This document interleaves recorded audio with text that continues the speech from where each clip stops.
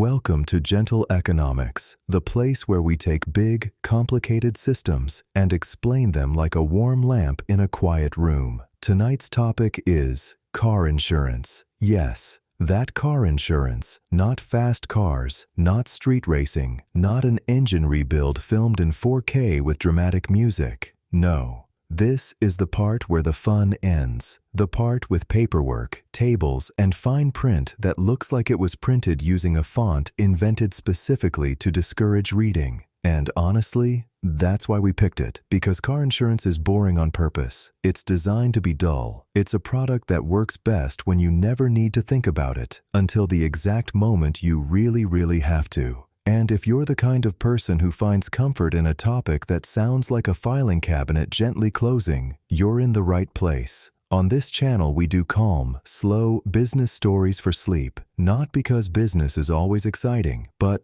because it's quietly powerful. These systems run in the background of our lives like electricity in the walls. You don't see it, you mostly don't want to see it, but it's there all the time, shaping what's possible. Car insurance touches almost everyone who drives. It's a monthly bill that can feel like a mystery subscription you didn't sign up for. And it quietly moves enormous amounts of money, not just premiums, but repairs, medical bills, legal negotiations, towing, rentals, fraud investigations, data models, an entire ecosystem of calm, expensive logistics. And somewhere in the middle of all that is the question most people eventually ask. Why is my quote so different from my neighbor's? Same town, same roads, maybe even the same car, but their price looks like a friendly suggestion, and yours looks like a personal insult. Tonight, we're going to make that make sense, gently. We'll start with the simplest idea, what insurance actually is. A system for turning a surprise into a monthly payment. Then, we'll walk through the quiet history, how car insurance went from optional to basically required, and why society decided it couldn't be a casual handshake agreement anymore. And then the main event, the economics, how companies decide what you pay, what they're really pricing, why two companies can look at the same driver and come up with two very different numbers, and both think they're being perfectly reasonable. We'll talk about claims, how a small bump becomes a chain of estimates and approvals. We'll talk about repair costs, medical costs, legal costs, and the strange modern reality that a minor crash can involve sensors, cameras, and parts that cost more than your first car did. And as always on Gentle Economics, we'll keep it calm, no yelling,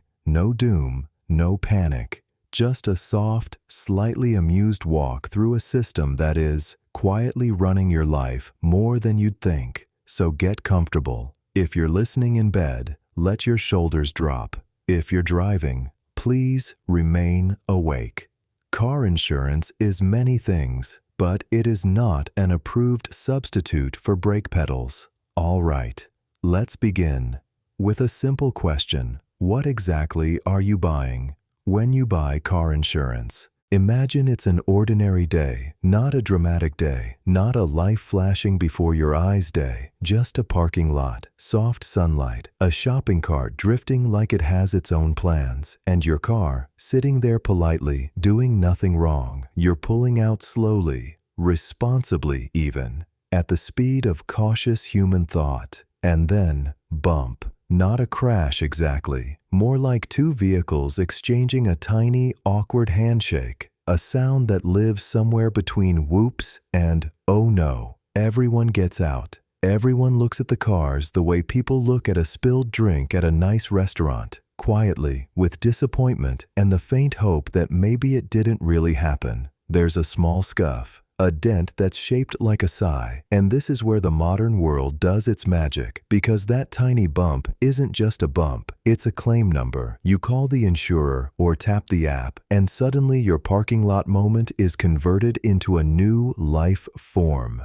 A case file, a digital folder, a neat little record with timestamps, categories, and a tone that suggests the universe is very organized, even when you aren't. A friendly voice asks calm questions. Where were you?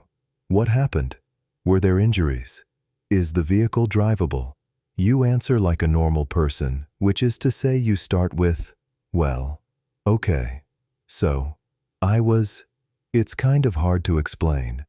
And the system gently translates that into something clean and official. Next, the estimate. This is where things get quietly surreal. A person or a photo tool looks at a dent the size of a sandwich and produces a number that could fund a small sandwich business. Because modern cars are not just metal and paint, they're also sensors, brackets, hidden clips, expensive plastic, and sometimes a camera with a job title. A bumper is no longer a bumper. It's a bumper ecosystem. The shop might say something like, "We'll know more once we take it apart," which is a very calm sentence that contains a small amount of menace. Then there's the rental car. This is the part where you temporarily meet another version of your life.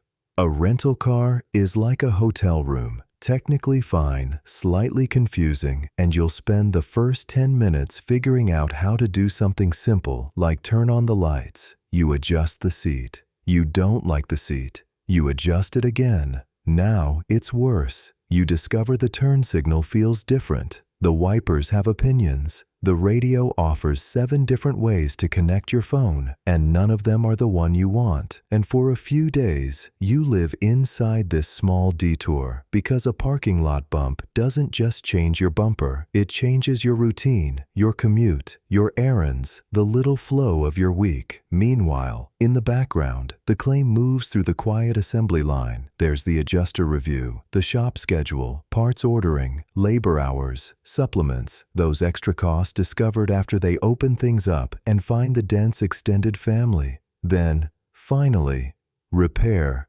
completed. You get your car back. It looks normal again, like it never happened, and life returns to its familiar shape. Except, the system remembers. Because insurance is a system for turning surprise into monthly payments, but it's also a system for learning from surprise. Weeks pass, months pass, and then one day, the renewal shows up. A polite email, a letter, a notification. It arrives with the calm energy of, "Hello again. Remember that tiny moment?" And this is where many people feel it, that strange disconnect, because the bump was small, but the ripple was not. A minor incident can travel through estimates, rentals, repair inflation, medical possibilities, legal possibilities, and administrative overhead, and come back to you later as a number, not as punishment, not as drama, just as math, quiet, slow math. And that's the heart of what we're exploring in this series.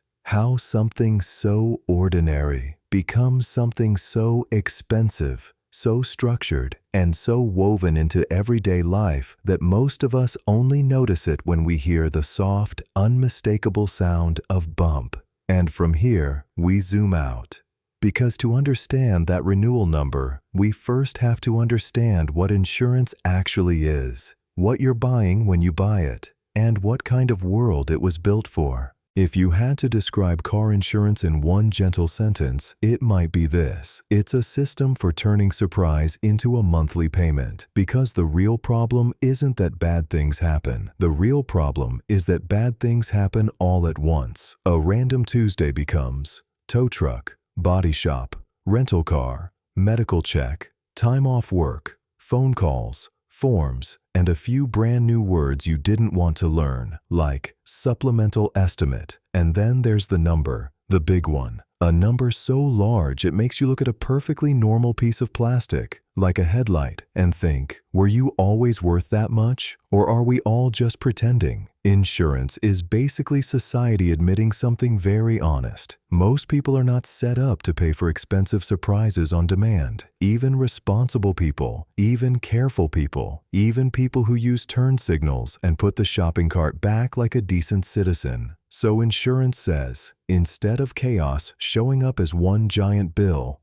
we'll spread the cost out, a little bit at a time, a steady drip instead of a flood. That's the emotional side of it, stability, and it's also the economic side of it, pooling. Because you're not paying only for your surprises. You're paying into a shared pot with thousands, sometimes millions, of other drivers, most of whom are quietly doing nothing at this exact moment, which is the dream. And in return, you're buying a kind of calm promise. If something happens, the cost won't land on you alone.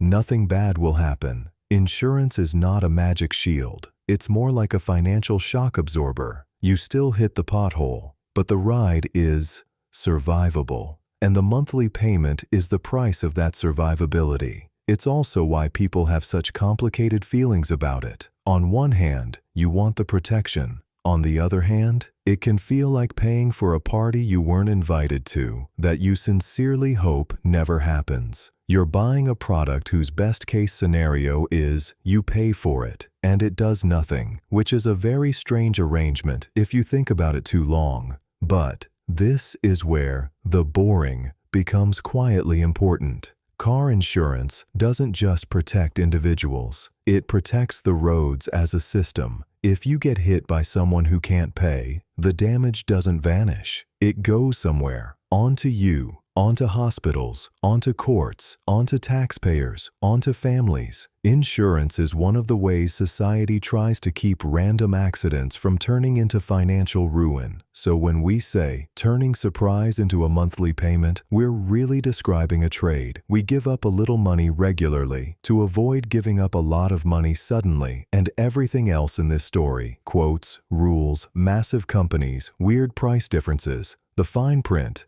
the claims process, comes back to that one idea. How do you take chaos and make it predictable enough to sell in a monthly plan? All right, now that we've got the theme, we can move into what car insurance actually is on paper. Entender, entender, and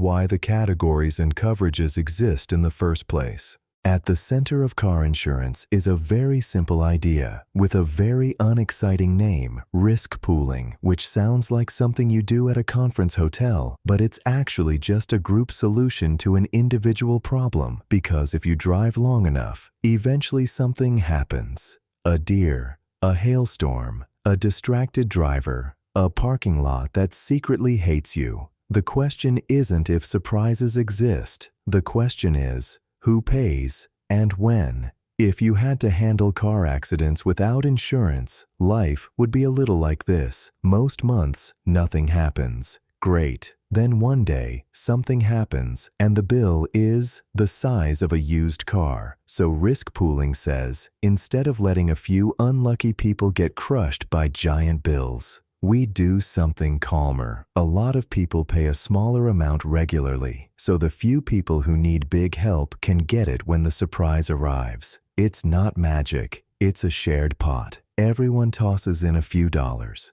and the pot is there for whoever draws the short straw that week. That's the pool. And it's why insurance companies love big numbers, big groups, big spreadsheets, because the bigger the pool, the more predictable it gets. If you only insured, say, 12 drivers, your year could be calm, or it could be absolute chaos. But if you insure 12 million drivers, things start to smooth out. Not because accidents stop happening, because they don't, but because the randomness gets averaged out across a huge crowd. In a big pool, the surprises don't disappear. They become budgetable. And this is the weird emotional twist of insurance. You're paying for things that mostly won't happen to you this month, because they will happen to someone this month. So on months when nothing happens to you, it can feel like, well, what exactly did I buy? But what you bought is membership in the pool. You bought the right to say, when life does its little bump routine, I don't have to pay this alone. Now, 2 important gentle notes, because the pool has rules. First, the pool only works if enough people join before they need it. If people could wait until the day after the crash to buy insurance, the pool wouldn't be a pool. It would be a refund program, and it would collapse instantly.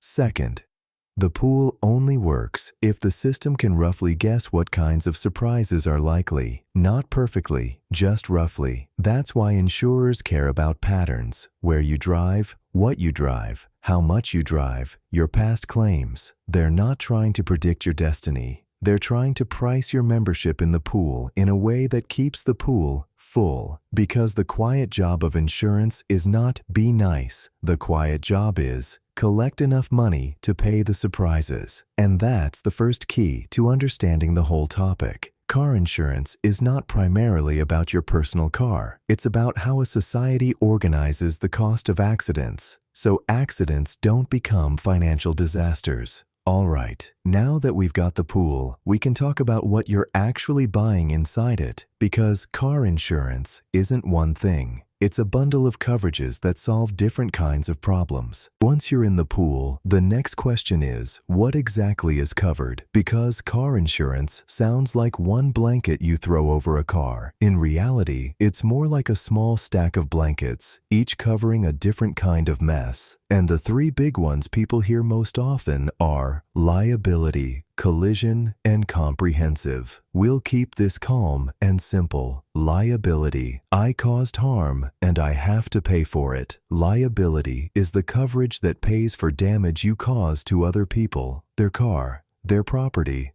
their medical bills, when an accident is your fault. Think of it as the, I'm sorry, here's the money coverage, but handled through a system so you don't personally negotiate repair bills in a parking lot, like it's a flea market. Liability is the one most states care about the most because it protects everyone else on the road from your worst day. It usually comes in two main flavors: bodily injury liability, medical costs, pain and suffering claims, legal defense if it goes that far, property damage liability, the other person's car, fence, mailbox, or any object that innocently existed near the crash. And gentle reminder, liability does not fix your car. Liability fixes their situation. Collision, my car hit something, and now my car is sad. Collision helps pay to repair or replace your vehicle when it's damaged in a crash. That crash can be with another car, or with something that doesn't have insurance, like a guardrail, a pole, a curb you didn't respect enough. Collision is basically, impact happened, car got damaged, we're dealing with it. This is usually where the deductible comes in, meaning you pay the first chunk and insurance covers the rest up to the car's value and the policy rules. Collision is the coverage that says, yes, we will help, but you're still going to participate. Comprehensive. Something happened to my car, and it wasn't a crash. Comprehensive is everything that damages your car without a collision. It's the life happened category. Common examples: theft or vandalism, hail, storms, falling branches, fire. A windshield that suddenly becomes a cracked spiderweb hitting an animal. Yes, this is usually comprehensive, not collision. Comprehensive is the coverage for the moments when you walk outside and say, why is my car like this? And like collision, it often has a deductible. A gentle way to remember them. Liability equals damage you cause to others. Collision equals your car is damaged by impact. Comprehensive equals your car is damaged by everything else. And here's the calm, slightly funny truth. Most people only think about these distinctions after the fact, usually while staring at the policy they haven't read since the day they bought it, wondering how such a normal word, like comprehensive, can include deer but not pothole. But that's why these categories exist. They're not moral categories. They're bookkeeping categories. They're how the system sorts different kinds of surprise into different lanes. Next, we'll talk about deductibles, the little you pay first lever that can make your premium cheaper while making your bad day slightly more expensive. Now, let's talk about the deductible, the little switch in your policy that says you pay first. A deductible is the amount you agree to pay out of pocket before your insurance starts paying on certain types of claims, usually collision and comprehensive. It's not a fee you pay every month. It's not a penalty for being imperfect. It's more like a gate. If the damage is small, you handle it yourself. If the damage is big, the pool steps in. So if you have a $500 deductible and your repair is $2,000. You pay the first $500 and insurance pays the remaining $1,500, assuming everything is covered and approved.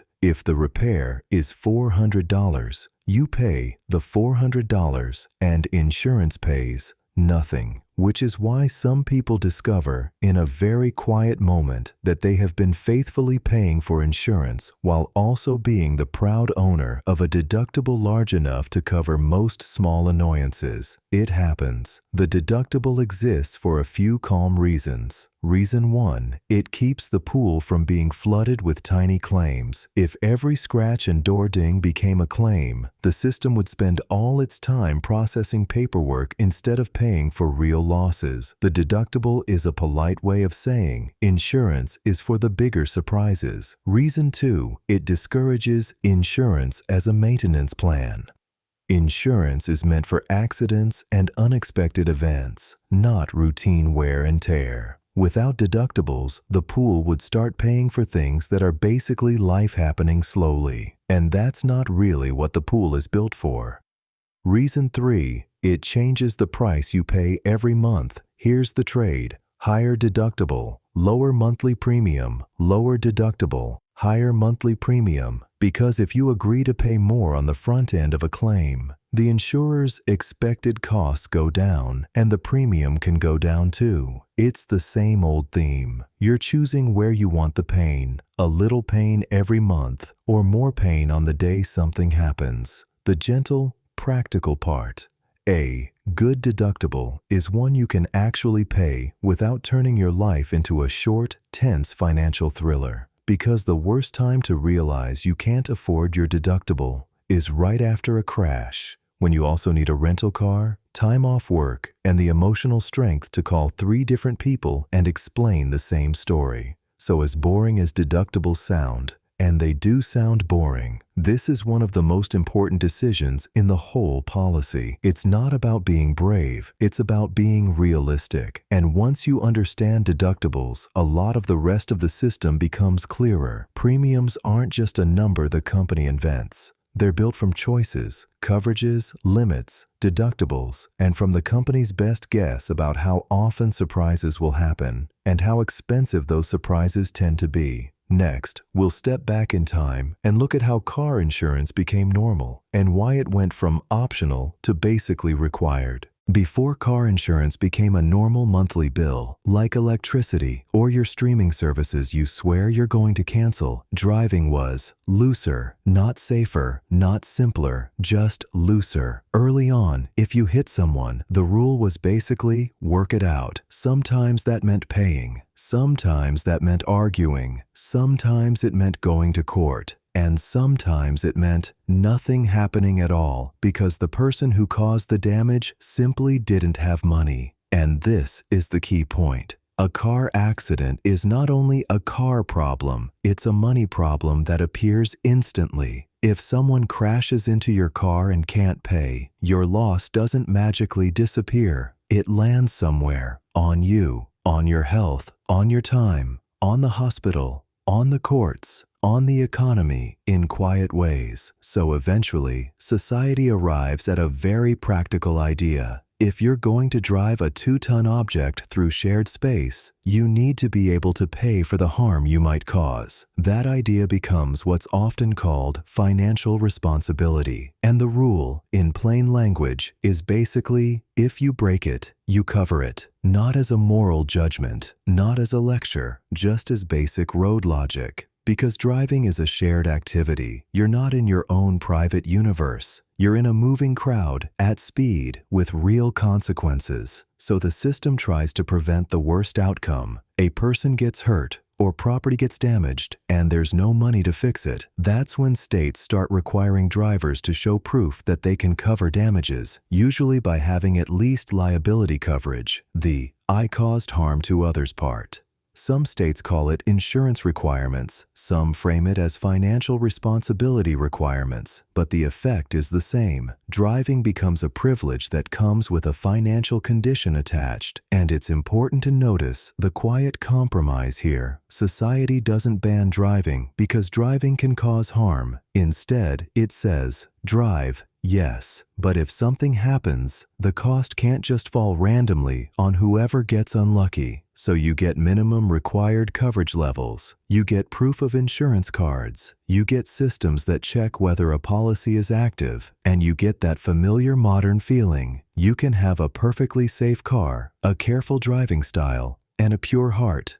And the DMV still says, calmly, that's nice, we need the paperwork. Because this isn't about how you feel about risk, it's about how risk behaves when it becomes public. And over time, this requirement reshapes everything. It creates a massive, steady market for insurance. It builds an industry around pricing risk. It turns accidents into claims and claims into processes. And it makes driving part of a much bigger financial system, one that's always there, even when nothing is happening. There's also a second, quieter reason these laws become common. Without mandatory coverage, you get a free rider problem. Some people would happily drive uninsured, enjoy the roads, and hope nothing happens, while everyone else pays into the system that handles the fallout. Financial responsibility laws are society saying, we're not doing hope as a policy. If you're on the road with everyone else, you bring your share of protection. So that's the foundation, not because lawmakers wanted to add one more bill to your life, but because driving, by its nature, creates shared risk. And the simplest way to keep shared risk from turning into shared disaster is to require proof that you can pay if things go wrong. Next, we'll talk about why driving became a shared risk activity in the first place, and how personal responsibility quietly turned into a system-level decision. It's easy to think of driving as a personal thing. My car, my errands, my music, my little route that I've memorized so well I could drive it half asleep, which, again, please don't. But economically, driving isn't just a personal choice, it's a shared activity. And that changes everything. Because the moment you pull onto a public road, you're not in a private hobby anymore. You're participating in a moving system with other people, other vehicles, public infrastructure, and very real consequences.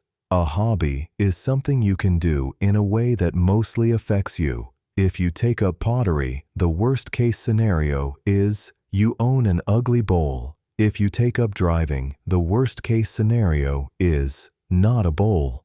So, society gradually treats driving less like something you do, and more like something we all do together, whether we plan to or not. Here's why. First, roads are shared space. Roads are designed so that millions of strangers can safely pass within a few feet of each other at speed, without talking, without coordinating, without exchanging names. That's not a casual setup. It's a trust system, a moving agreement, and when it fails, it doesn't fail quietly. Second, the costs spill outward. When a crash happens, the costs don't stay neatly inside the person who caused it. Someone's car is disabled, which affects work and family logistics. A hospital visit triggers billing systems and time off. Police and emergency response involve public resources. Traffic backs up, creating lost time for everyone behind it. Courts get involved, repair shops get involved, rental fleets get involved. One small crash can ripple into dozens of other people's days. That's what economists would call an externality, but we can call it something simpler. Your accident becomes other people's problem, not because you meant it,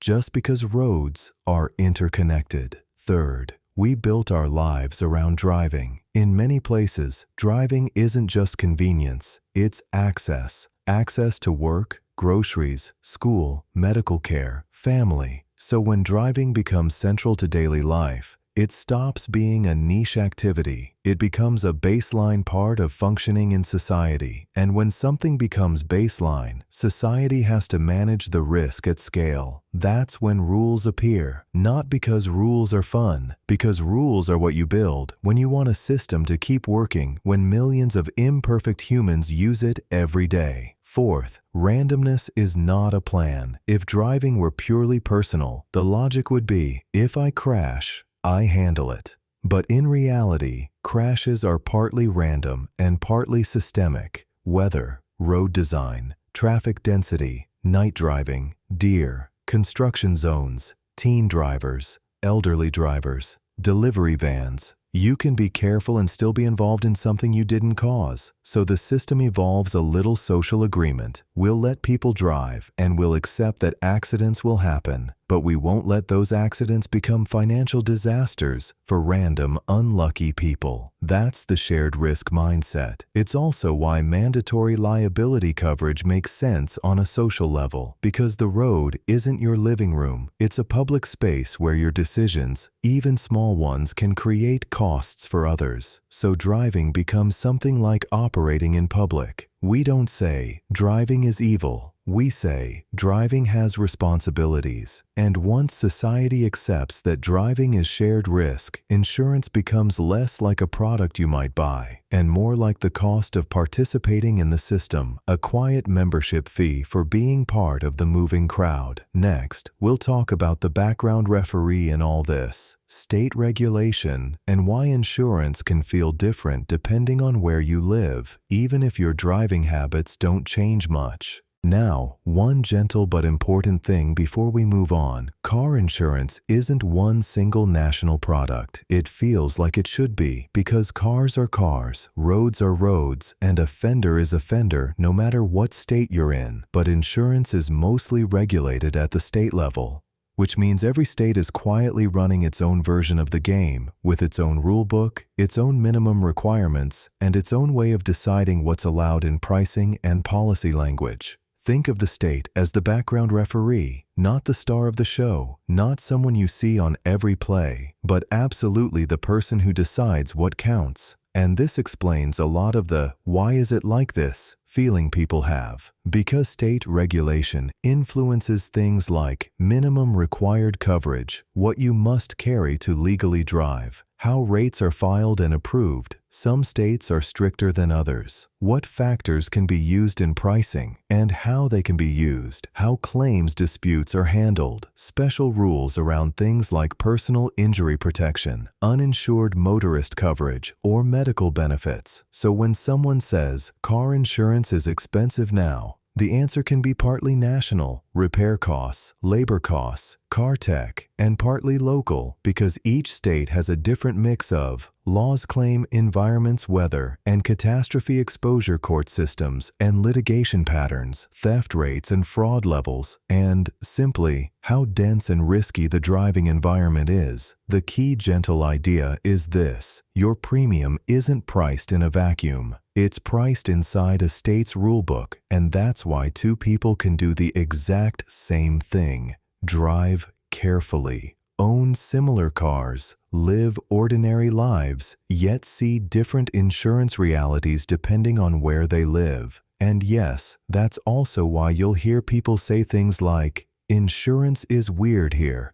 They're not imagining it, because the background referee is different, and the rules shape the market. So as we go forward into how premiums are built, why quotes vary, why big companies price differently, just keep that quiet truth in the back of your mind. Car insurance is a national industry running through 50 different legal worlds. All right, now that we've set the stage, driving as shared risk, insurance as the financial tool, the state as referee, we can move into the calm machinery of it all, how insurers make uncertainty predictable, and how the pool stays standing year after year. If you want to understand how insurance companies think, you don't have to start with complicated math. You can start with two quiet words that basically run the whole industry: frequency and severity. They're not dramatic words. They sound like something you'd hear in a weather report for accountants, but they're the difference between a manageable year and an expensive one. Frequency: how often something happens. Frequency is simply how many claims occur, how many bumps, how many broken windshields,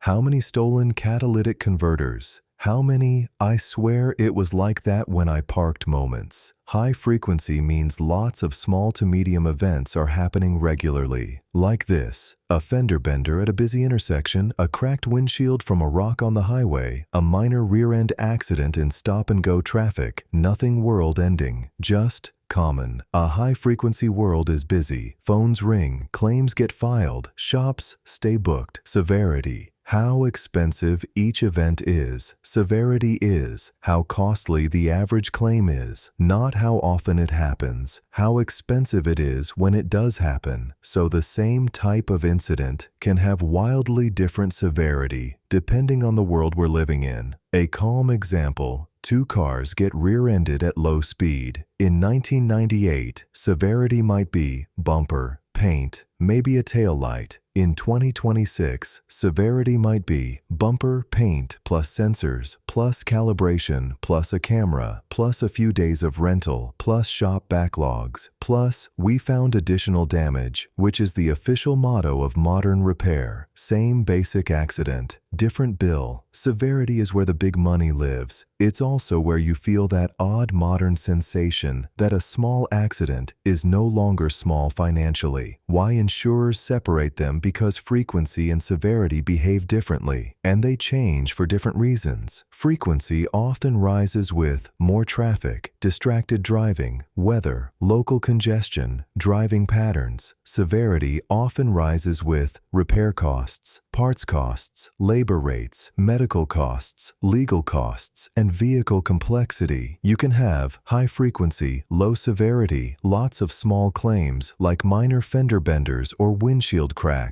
Low frequency, high severity, rare events that are extremely expensive like major injuries, total losses, or multi-car pileups. And here's the part that's quietly important: insurers don't need to predict your crash. They need to predict the shape of crashes across a huge pool. They ask, how often will events happen in this region, and how expensive will those events be on average? That's it. That's the engine. Calm examples to make it feel real. Let's do 3 gentle scenarios. Scenario A: the parking lot universe. Lots of small bumps, low speeds, minor damage.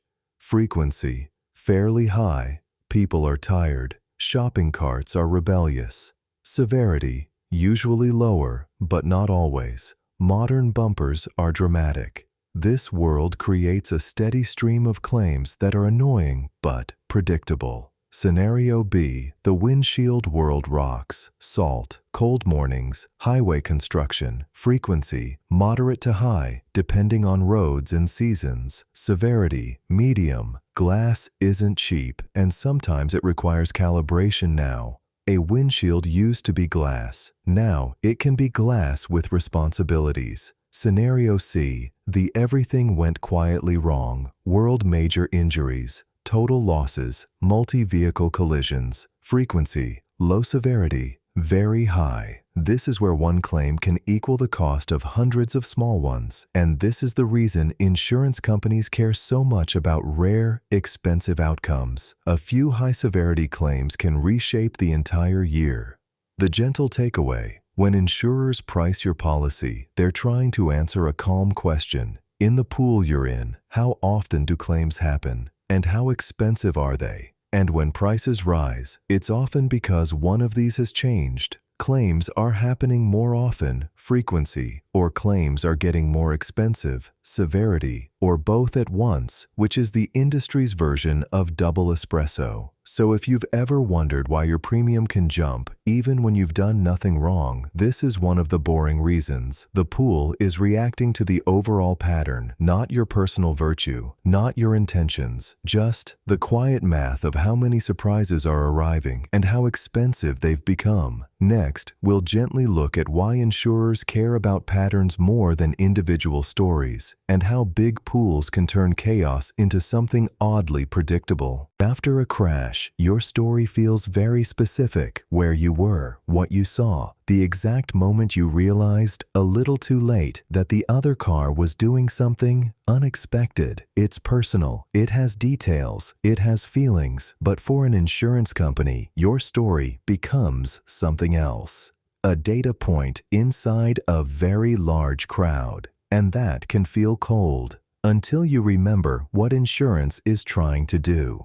Insurance isn't trying to be a diary, it's trying to be a calculator. To keep the pool working, the insurer has to answer a practical question. How much money do we need to collect this year to pay the claims that will arrive this year? Not one claim, not one person, the whole wave. And the only way to do that, without guessing wildly, is to look for patterns, because patterns are what make uncertainty manageable. A calm truth: individuals are unpredictable, groups are less so. One driver might go 40 years without a crash. Another driver might have 3 claims in 2 years. If you try to predict individuals, you get chaos. But if you look at large groups, thousands, millions, something strange happens. The randomness starts to smooth out. Not perfectly, but enough. It's like weather. You can't predict exactly when one raindrop will land on your driveway, but you can say, pretty confidently, that this month tends to be rainy. Insurance works the same way. The insurer can't know if you will have a claim next Tuesday, but they can estimate how many claims tend to happen in a zip code, with certain traffic patterns, for certain kinds of vehicles, among certain driving histories. That's not a personal judgment. It's the pool trying to keep its footing. Patterns tell you what kind of risk world you're in. Think of 2 neighborhoods. Neighborhood A has low traffic, slow roads, and fewer accidents. Neighborhood B has dense traffic, tricky intersections, more theft, more claims. You could be the same careful driver in both places, but you're not living in the same risk environment. Insurance prices the environment as much as the individual, because your risk isn't only you. It's you inside a context. Same goes for how much you drive when you drive, what kind of car you drive, where it's parked, how expensive it is to repair where you live, how common injury claims are in your area, how often claims turn into lawsuits. These aren't moral categories, they're cost categories. The insurer is trying to guess, in this environment, what does a typical claim look like and how expensive does it get? Why your personal story still matters, just in a different place. Your individual story matters most at the claim stage. What happened? Who's at fault? What was damaged? What's covered? That's where details matter. But at the pricing stage, details don't work the same way, because pricing isn't about fairness in a story sense. It's about sustainability in a pool sense. And this is where a lot of frustration comes from. People think, I'm careful, I should get a careful person price. But the pool thinks, we price what tends to happen in this category over time. Your carefulness helps, usually, but it doesn't erase the environment you drive in. It doesn't erase rising repair costs. It doesn't erase theft trends. It doesn't erase the fact that your car has a sensor behind the bumper that needs a small ceremonial recalibration after a sneeze. The category feeling. This is also why insurance can feel like you're being sorted, because you are, not as a person, as a risk profile. It's less like, who are you? And more like, what pattern are you closest to? And those patterns are how insurers make uncertainty predictable. They can't plan a year around individual stories. They can plan a year around large, repeating shapes in the data. The gentle takeaway: insurance is built on a quiet trade. We give up being evaluated as unique snowflakes. So, the system can offer stable, reliable protection at scale. It's not poetic. it's practical. And once you see that, a lot of the industry starts to make sense. Why premiums move even when your life doesn't. Why companies disagree on your price. Why discounts exist. Why certain coverages cost more than you'd expect. Because the pool runs on patterns. Not because your story doesn't matter, but because the system has to survive all the stories, including the ones that haven't happened yet. Next, we'll gently explain the quiet math idea that makes this possible, how large pools smooth out chaos, and why insurers love big numbers more than dramatic narratives. So here's the gentle secret that makes insurance possible. When you put a lot of people into a pool, the chaos gets quieter. Not because accidents stop happening, because the randomness stops being so loud. This is the quiet math of insurance, and it's surprisingly comforting once you see it. One person is chaos. If we only insured one driver, just one, pricing would be basically impossible, because that one person might have no claims for 10 years, or 3 claims in 12 months. Or a totally normal year followed by one enormous, life-changing accident. With one person, anything can happen. So the monthly price would have to be either insanely high to prepare for worst case, or dangerously low, and then the company collapses when reality arrives. One person is like trying to budget your life based on a single roll of a die. 100 people is less chaos. Now imagine a pool of 100 drivers. You'll still have randomness, but patterns start to appear. A few fender benders, a couple windshield claims, maybe a theft, maybe a larger accident. In a group of 100, the range of outcomes narrows a little. It's still bumpy, but it's not pure mystery. 1,000,000 people is oddly predictable. Now imagine a pool of 1,000,000 drivers. This is where the calm starts. You still get everything: minor crashes, major crashes, theft, weather damage, injury claims. But the total number of events and the total cost tend to land in a range that's surprisingly stable year to year, unless something big changes in the environment: repair inflation, legal trends, storms, or a big shift in driving behavior. In a huge pool, it's not about predicting individuals, it's about predicting totals. Insurance companies aren't betting on your week, they're budgeting for the year, and that's the key difference. A gentle analogy: coins, not fortunes.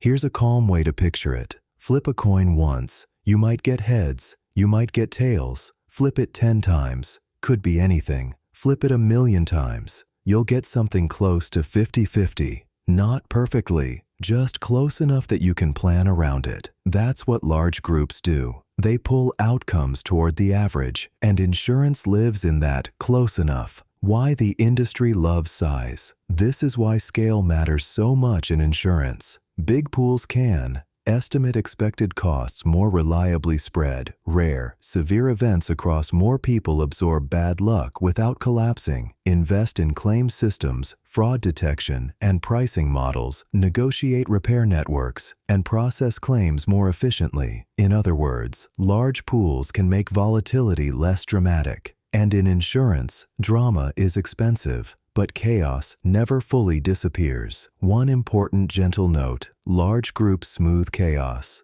but they don't eliminate it. If something shifts the environment, like repair costs rising fast, or a spike in theft, or severe weather, then the whole pool can get more expensive. That's when premiums rise, even for careful drivers. Because the pool isn't reacting to your individual life, it's reacting to the overall cost of surprises. So you can be doing everything right and still feel the price change, because the system is pricing the bigger reality.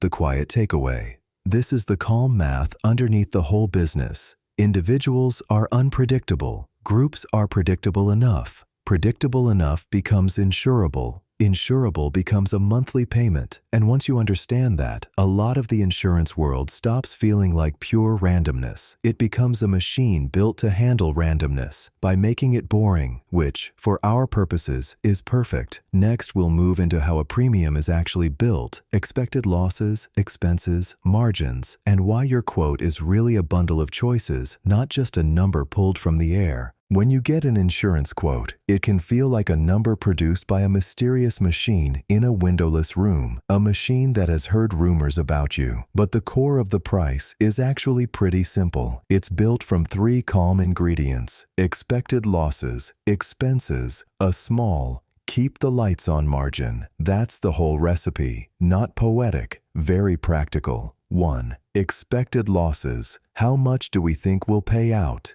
This is the big one. Expected losses are the insurer's best estimate of how much money they'll pay in claims for a policy like yours over the coverage period. It's the pool math we talked about, but focused down into a price. They're estimating how often claims might happen, frequency, how expensive they might be, severity, and they do this using patterns, location, vehicle type, driving history, coverage choices, so they can guess calmly. In a group of drivers like this, what does the average year cost? Important. This isn't your destiny. It's a forecast. And like any forecast, it can be wrong. That's why insurers keep reserves and do a lot of careful accounting, because the future has a habit of arriving with surprises. 2. Expenses. What does it cost to run the machine? This is the part people forget because it's not dramatic, but it's real. Insurance is not just money moving from you to someone else. It's a whole operation. Customer service claims, adjusters fraud detection software systems, agents and commissions. For some companies, billing, processing, printing, mailing, legal defense. When claims get complicated, regulatory compliance, filings, audits, required reporting. Even if you never file a claim, the insurer is still running a 24/7 system that could handle a claim, so your premium includes a share of the cost to operate that system. In a gentle sense, you're not just paying for protection, you're paying for the existence of a functioning response team. 3. Keep the lights on margin. We need to stay alive as a company. This is the part that sounds suspicious until you remember what you actually want from an insurer. You want them to still exist after the accident. You don't want a company that prices policies like, let's just vibe and see what happens. Insurers need capital. They need solvency. They need cushion for bad years. So there's usually a margin built in, sometimes small, sometimes larger, depending on conditions, so they can handle volatility, pay claims in bad years, invest in systems, satisfy regulators, and ratings agencies remain a going concern. You're not just buying a promise, you're buying a promise from an entity that has to be financially sturdy enough to keep it, putting it together in one calm sentence. So, very simply, premium equals expected claims payouts plus operating costs plus a margin to remain solvent. That's the skeleton. Everything else, discounts, surcharges, different pricing between companies, is mostly about how each insurer estimates those pieces and how aggressively they want to compete for certain kinds of drivers. And this is why 2 companies can look at the same person and produce 2 different prices. They may have different expectations of losses,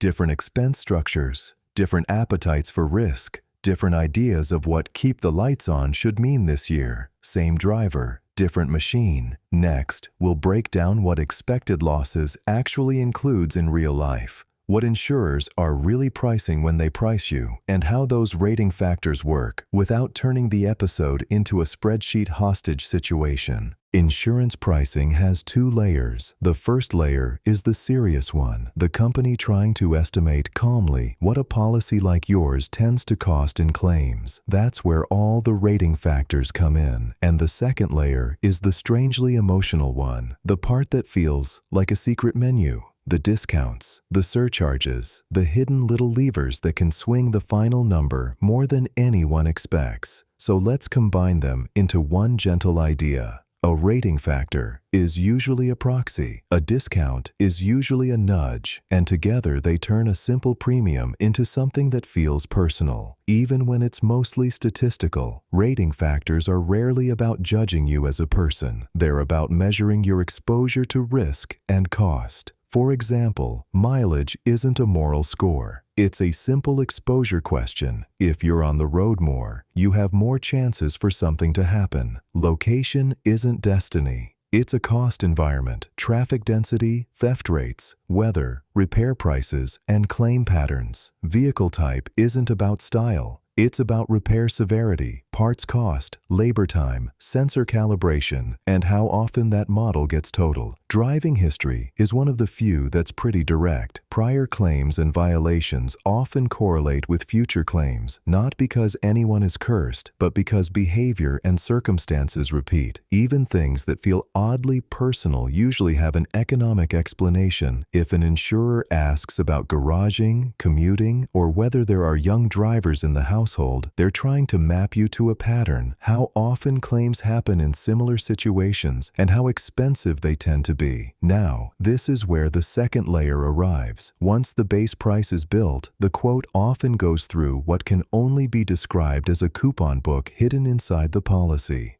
Some discounts are straightforward: multi-car, bundling home and auto, paying in full, paperless billing, safe driver programs. Others are more like behavioral nudges, telematics, defensive driving courses, low mileage verification. And then there are the quiet discounts that feel like the price changed because the wind shifted. Loyalty, prior insurance, continuous coverage, claim-free periods. Surcharges work the same way, but with less charm. A lapse in coverage can add cost. Certain violations can add cost. Some claims add cost even if they weren't your fault, depending on state rules and the company's model. And the result is that the final number can look less like one calculation and more like a pinball machine. This is why quote shopping can feel bizarre. Two insurers may agree on the broad idea of your risk, but disagree wildly on the coupon book. One company loves bundled customers and practically throws discounts at them. Another is more aggressive about telematics. Another is trying to grow in your region and prices too good to ignore. Another quietly doesn't want your type of policy at all and prices it like a polite rejection letter.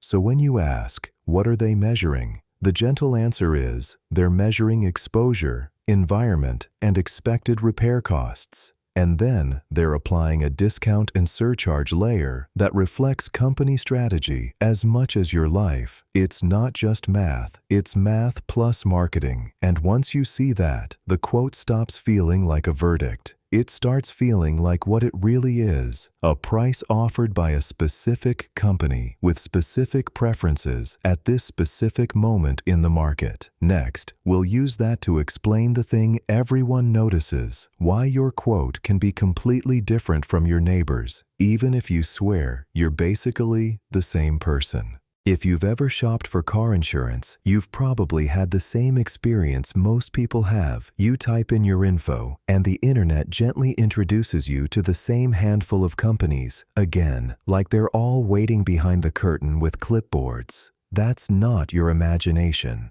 Auto insurance in the U.S. is heavily led by a small group of giants, and they show up everywhere because they write an enormous share of the premiums. For private passenger auto in 2024, the biggest writers included State Farm, about 18.9% market share, and Progressive, about 16.7%, followed by Geico, Berkshire Hathaway, Allstate, and USAA among the top group. 3+1. And depending on whether you're looking at private passenger auto versus total auto rankings, you'll sometimes see the top spot swap. 1AM, best ranking for 2024 total automobile business, even had Progressive narrowly ahead of State Farm. AM Best News, +1. So why do these names dominate? Because in insurance, size isn't just bragging rights. Size is a machine. When an insurer gets big enough, a few advantages start stacking up, quietly, relentlessly. 1. Big pools smooth out bad luck. A giant company has so many policies that random weirdness averages out faster. A few awful claims don't shake the building as much because the building is large. 2.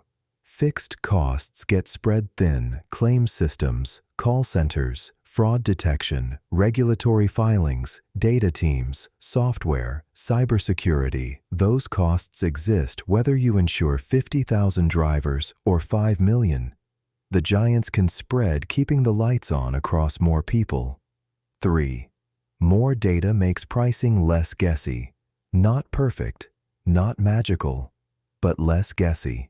With more policies and more claim history, the pricing models can be tuned with finer detail, especially by region, vehicle type, and coverage mix. 4. Claims and repair networks become leverage. Big insurers can build massive claims operations and negotiate with repair networks at scale. They also invest heavily in speed and process because shaving a little time or cost off each claim matters when you have millions of them. 5. Distribution becomes its own engine. Some giants are built around agents, some around direct-to-consumer ads, some around both. But at scale, advertising becomes a compounding advantage. You're always top of mind, so you get more quotes, so you get more customers, so you get more data, so you refine pricing, and the wheel keeps turning. And that's the gentle punchline. Insurance giants aren't just big because they're famous because they're big. Scale turns uncertainty into something manageable, and manageability is the product.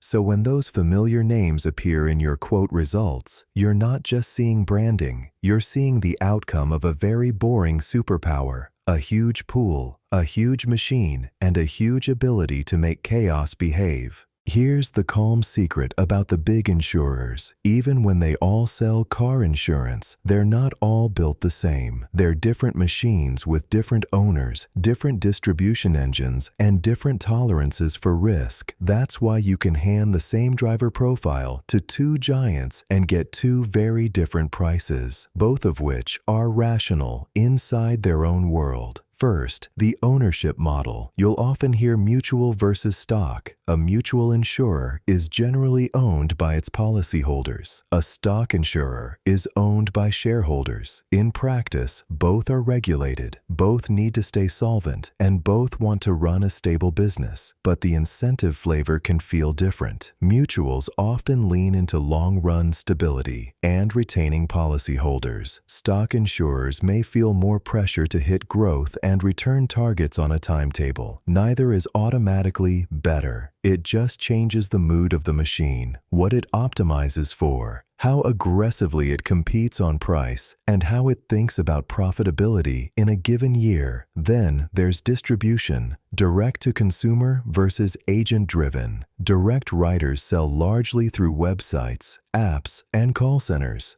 often powered by big advertising, fast quoting, and a very streamlined pipeline. Agent-driven carriers rely more on captive agents who sell one company's products or independent agents who can shop multiple carriers. That choice matters because it shapes expenses and customer mix. Direct models can be efficient and scale quickly, but they may attract lots of high-churn shoppers who switch often. Agent-driven models can create stickier relationships, someone who calls their agent and stays put, but it includes commissions and a different cost structure. Either way, the distribution model influences what kinds of customers the company tends to attract, and that influences the pool, and that influences the price. Now for the part everyone feels, why big carriers can price differently. One reason is data and modeling. Big carriers have enormous claim histories, and many have spent years tuning their pricing models, but they don't all tune them the same way. One company may be especially good at predicting losses for suburban commuters. Another may have a strong handle on certain vehicle types. Another may have a better map of risk in specific states. So even with similar data scale, their models can reach different conclusions about expected losses, especially at the margins. The quote you see isn't a universal truth. It's one company's best forecast. Another reason is claims operations and networks. If an insurer can settle claims faster, detect fraud better, steer repairs efficiently, or negotiate effectively with repair partners, that can lower its average claim cost. At least in some regions, lower expected claim cost can translate into more competitive pricing. A company that's extremely efficient in claims might be able to offer a better rate for certain customers because their real cost per accident is lower after the system does its work. Then there's capital and reinsurance posture. Big carriers differ in how conservative they are about reserves, how they buy reinsurance, and how much cushion they keep for bad years. Two companies might look at the same environment, rising repair costs, litigation trends, and one says, "We're going to price cautiously this year," while the other says, "We'll stay aggressive and try to grow." Both approaches can be rational depending on balance sheet strength and strategy, but to you, it just looks like one company is friendly and the other is offended by your existence. Finally, there's risk appetite, which is the polite phrase for who do we want? Insurers don't just price risk, they choose it. One carrier might want more drivers in a certain state, a certain age band, or a certain coverage profile. Another might quietly want fewer. When a company wants more of a particular type of policy, it will often price more competitively there. When it wants less, the price rises, not as punishment, but as a filter. This is why, quote, "Shopping can feel like speed dating with spreadsheets. Some companies are genuinely interested and some are politely unavailable." So the combined takeaway is simple. Big insurers can price differently because their machines are different. Who owns them? How they sell, how they run claims, how much cushion they keep, and what kinds of customers they're trying to attract right now. It's not that one company knows the truth and the others are guessing. It's that each company is building a stable pool under its own rules, with its own costs and its own strategic goals. Next, we'll take that understanding and zoom into the question everyone asks: why your quote is different from your neighbor's, and how small differences in profile, location, and company strategy can create a surprisingly large swing. Most business failures are loud. A store closes, a restaurant puts a sign on the door. Everyone knows. Insurance failure is different. It's usually quiet because the product isn't a physical thing. It's a promise. And a promise can look perfectly fine, right up until the moment you try to use it. The word for that kind of failure is insolvency. In plain language, insolvency means the company does not have enough money to meet the promises it has already made, or even simpler, promises greater than money. That's the whole problem. Not, they had a rough month. Not, profits were down. It's more basic. Claims come due, and the company can't reliably pay them. And the sneaky part is timing. Premiums arrive steadily, month after month. But claims don't behave like a neat subscription. Costs can show up in waves, and many claims aren't one clean payment. There are repairs, rentals, medical bills, and sometimes legal costs that develop over time. So insurers have to do something that sounds boring but is absolutely life or death for the business. They set aside money for claims that have already happened, even if the final bill hasn't arrived yet. That's where insolvency often hides, not in the accident you haven't had, but in the accidents that already happened and are still maturing into their full cost. Here's the calm accounting version. An insurer has assets, cash and investments, and liabilities, what it expects to pay in claims and expenses. Insolvency is when those liabilities outrun the assets in a way that can't be patched. A very common path into insolvency starts with something that looks harmless: underpricing. A company charges premiums that are too low for the actual risk, often to grow fast or compete. The policies pour in, growth looks great, but the pool is quietly collecting less money than it needs to pay future losses. At first, it doesn't look like a crisis, because the bill comes later. Then, reality arrives. Repair costs rise, rentals run longer, medical bills climb, lawsuits cost more, storms hit harder than expected, fraud spikes, whatever the environment happens to be doing that year. And suddenly, the company is trying to pay for a world it didn't price for. This matters because car insurance isn't like buying a toaster. When you buy a toaster, the company delivers it immediately and the story ends. When you buy insurance, you're buying future performance. So the main risk isn't, can they sell me a policy today? It's, can they pay when life gets expensive tomorrow? The good news, major insurers and regulators take solvency seriously, and there are safeguards we'll cover next. But understanding insolvency explains why insurers can feel cautious, why they raise rates, tighten underwriting, and obsess over reserves and reinsurance. They're trying to avoid the one unexpected unacceptable ending, a company full of promises, with not enough money behind them. Next, we'll look at the common failure patterns, the realistic ways insurers drift from normal pressure into that quiet disaster.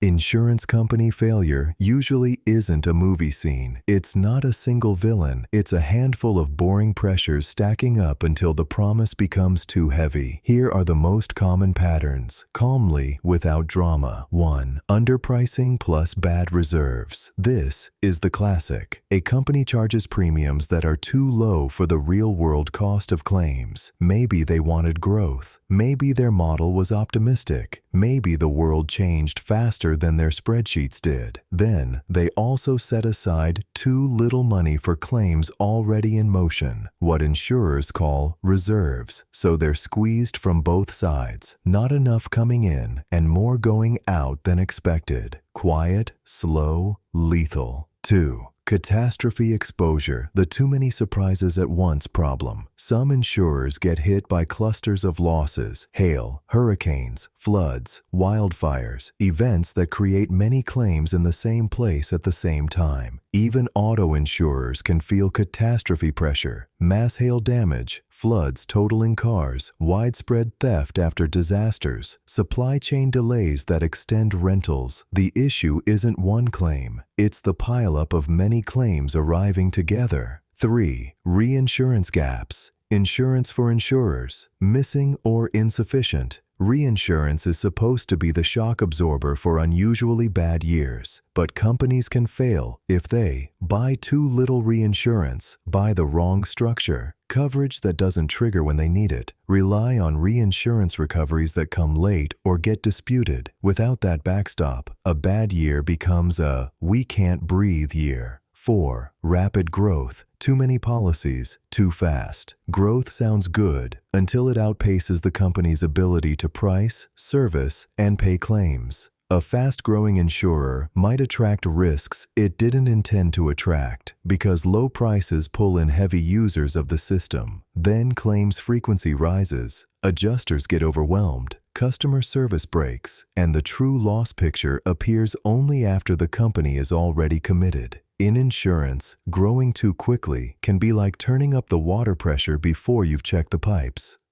5.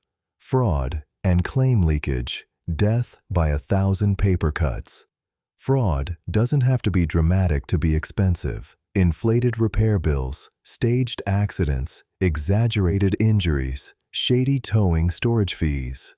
Lots of small overpayments add up. If a company's detection systems are weak, losses leak out everywhere. The pool gets drained in little sips. Over time, it becomes unsustainable. 6. Investment losses when the cushion shrinks. Insurers hold large investment portfolios because they collect premiums before they pay many claims. That investment income can be an important stabilizer. But if investments perform poorly, or the company takes extra risk chasing yield, the cushion can shrink right when claims are rising. This doesn't usually cause insolvency by itself, but it can remove the safety margin that would have saved them. The gentle takeaway: insurer failure is often just misalignment. Priced for one world, operating in another. Costs rise faster than expected. Cat events cluster. Reinsurance doesn't catch the fall. Growth arrives with the wrong kind of risk. Fraud nibbles away. Investments don't provide the buffer. And the reason this matters to you isn't to create fear. It's to explain why the industry is obsessed with boring words like reserves, solvency, underwriting discipline, and reinsurance. Because in insurance, boring is the safety feature. Next, we'll cover what happens to you if a carrier fails, the safety net, the paperwork, and why most people still get their claims handled, even if the process slows down. Here's the calm part of the story. When an insurer fails, it usually doesn't turn into "everyone is on their own now." Insurance companies don't typically go through normal bankruptcy. Instead, state regulators step in and place the company into receivership, a court-supervised process where the goal is to conserve what's left, try rehabilitation if possible, and if not, move to liquidation, an orderly wind-down. NAIC +1. And this is where the safety net shows up. State Insurance Guarantee Associations. Each state has guarantee associations that can step in when a licensed, admitted insurer is declared insolvent and ordered into liquidation. They're designed to reduce delay and financial harm to policyholders and claimants. Basically, to keep one company's failure from becoming your personal catastrophe. NOLHGA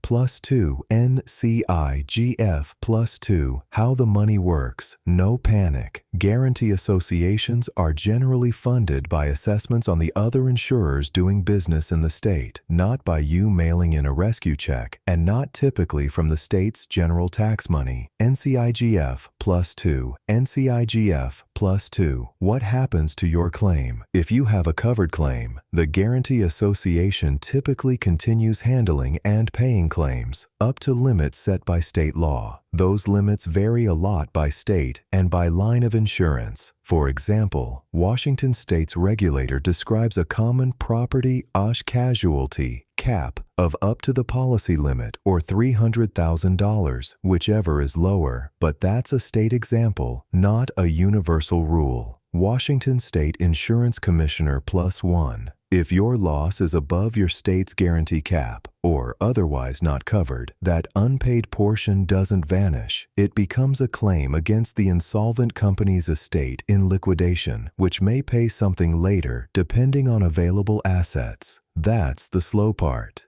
NOLGA +2 Pennsylvania Government +2. Why it can feel slow. Liquidation is an administrative process. Court timelines, claim reviews, paperwork, coordination across states if the insurer operated widely. It's not chaos, but it's not instant either. NAIC +1.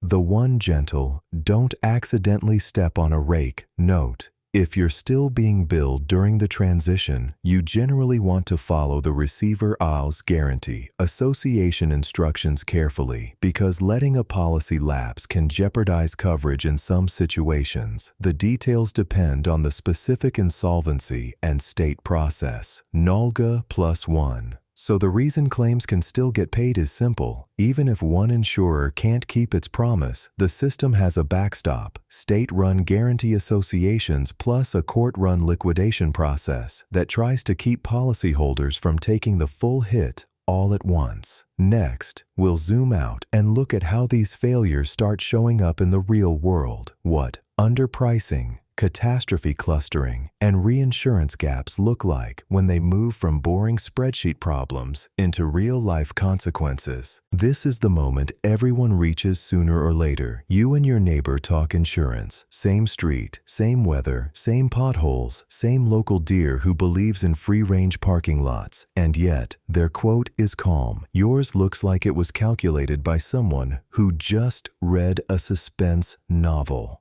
So here's the gentle truth. Same driver is almost never the same. It's not because insurers are reading your aura. It's because pricing is built from tiny differences that matter a lot when you add them together. Let's walk through the biggest ones. 1. Territory. Your where is a major ingredient. Insurance pricing is intensely local. Not just the state, sometimes down to the zip code level. Two people can live 5 minutes apart and still sit in different risk pockets, different traffic density, different intersection patterns, different theft rates, different repair shop pricing, different claim frequency. So when someone says, "But we're basically neighbors," the system replies politely, "Yes, but you are not statistically identical neighbors." 2. Mileage. Exposure is exposure. How much you drive is one of the simplest ideas in the whole business. More miles equals more time on the road equals more chances for something to happen. Even if you're careful, you're still in the environment longer. So the person who commutes daily and the person who drives mostly on weekends are not priced the same. Even if they both consider themselves good drivers, the pool isn't judging character, it's measuring exposure. 3. Vehicle. Two cars can live in different financial universes. This one surprises people because a car is a car until you repair one. Some vehicles are more expensive to fix, more likely to be stolen, more likely to be totaled after a moderate hit packed with sensors that require recalibration, slower to get parts, associated with higher injury claim costs simply due to weight, acceleration, or crash outcomes. So even if you and your neighbor both drive a normal car, the model, trim, safety tech, and repair ecosystem can change the expected cost of claims dramatically. A bumper used to be a bumper. Now it can be a bumper with a job, a resume, and ongoing training. 4. Coverage choices. Same driver often means different policy. Two people can say full coverage and mean completely different things. Differences that matter a lot. Liability limits, state minimum versus higher protection, collision and comprehensive deductibles, rental reimbursement, roadside assistance, uninsured, underinsured motorist coverage, medical coverage options depending on the state. A neighbor with a $1,000 deductible and basic limits can look cheap, while a neighbor with higher limits and a $250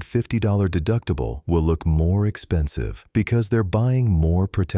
The quiet takeaway: when quotes differ, it's usually not one big reason. It's 4 or 5 small reasons stacking: a slightly different territory, a slightly different annual mileage, a vehicle that costs more to repair or is stolen more often, coverage choices that change what the insurer is on the hook for. And when those small differences stack, the final number can look like it came from 2 different planets. Next, we'll talk about the second reason quotes vary, even when people truly are similar. Different companies have different appetites, different discounts, and different favorite customers. Even if you truly were identical to your neighbor, same street, same car, same mileage, same coverage, there's still a reason your quotes can land far apart. Insurance companies don't just price risk, they choose it. Every insurer has an appetite, not a hunger for drama, an appetite for certain types of policies that fit their machine. Think of it like a restaurant that quietly prefers certain orders. One place is built for burgers, another is built for sushi. Both can technically serve you dinner, but one is going to feel more at home doing it. Insurance works the same way. A company might be especially comfortable with certain states or regions, certain kinds of vehicles, certain driver profiles, certain coverage combinations, certain claim patterns, certain customer behaviors, like bundlers, long-term customers, telematics users, and if you fit what they want, the quote often feels surprisingly friendly. If you don't, the quote can feel like the company is politely saying, "We respect you," from a distance. Why do appetites exist? Because insurers are managing a pool, and a pool needs balance. If a company accidentally attracts too many high-cost policies in one bucket, say high theft areas, high mileage commuters, or vehicles that total easily, the pool starts to tilt. Losses rise, prices rise, and the company either has to rebalance or it gets into trouble. So, insurers constantly try to shape their pool, not with a big announcement, with pricing. If a company wants more of your category, it leans in. More competitive base rate, richer discounts that apply to you, smoother underwriting, more generous renewal behavior. If it wants less, it leans out. Higher price, fewer applicable discounts, stricter underwriting, sometimes non-renewals in extreme cases, depending on rules. From your perspective, it looks like randomness. From the company's perspective, it's steering, the growth mode versus protect mode difference. Appetite can also change over time. A company might be in a period where it wants to grow fast in a region. It may price aggressively to get more customers. It may accept thinner margins. It may spend heavily on ads and discounts. Then, if losses rise or repair costs jump, the same company can shift into protect mode. Raise rates, tighten underwriting, reduce discount generosity, focus on retaining the best performing parts of the pool. So a quote is not just what you cost, it's also what they want right now. Why two companies disagree about you. Two insurers can look at the same driver and see different futures, not because one is smart and one is clueless, because each company has different experience, different data emphasis, different claims operations, and different strategic goals. One company might see your profile and think, this is stable, predictable, low headache. Another might see the same profile and think, this tends to produce higher losses in our book. Same person, different book. And remember, insurers don't all have the same pool. If a company already has a lot of customers like you, it may not want more of that slice. If it has too few, it may price to attract them. This is why shopping around works. Sometimes you don't need a different you. You need a different insurer, one whose machine actually likes your shape. The gentle takeaway: a quote is not a single objective truth. It's an offer. It's a company saying, given our pool, our costs, our strategy, and our appetite, this is the price that makes sense for us. That's why your neighbor's company can be wildly cheaper than yours. Not because your neighbor is secretly a better human, but because your neighbor fits what that company wants to insure. Next, we'll add the third ingredient: state rules. What insurers are allowed to use, what they must include, and how the same driver can be priced differently depending on the legal environment. Even if you keep everything else the same driver, same car, same insurer, your price can still change just by crossing a state line. Because in the US, auto insurance is mostly regulated at the state level, so every state is like its own small universe with its own rule book, and those rules shape pricing in three big ways: what coverage must be included, what factors can be used to set your price, how easily insurers can raise rates or change their rules. 1. What coverage must be included. Some states require certain coverages or systems that others don't. For example, some states emphasize medical-related coverages more strongly, some have different approaches to handling injuries, and some require specific protections that add cost, but also reduce financial chaos after a crash. So when someone says, insurance is more expensive in that state, part of the answer can be simply, they're not selling the exact same product there. Same word, car insurance, but different required ingredients. 2. What factors can be used and how. States differ on what insurers are allowed to consider in pricing and how those factors can be applied. This is why pricing feels weird in some places. One state might allow certain rating variables more freely. Another might restrict them. Some states limit how much an insurer can weigh certain details. Others require specific filings and approvals for model changes, so the same insurer can use a slightly different recipe depending on the state's rules, which means the same driver might be categorized differently or priced with different emphasis just because the law says, you can't use that here, or you must treat this situation this way. It's not personal, it's legal architecture. 3.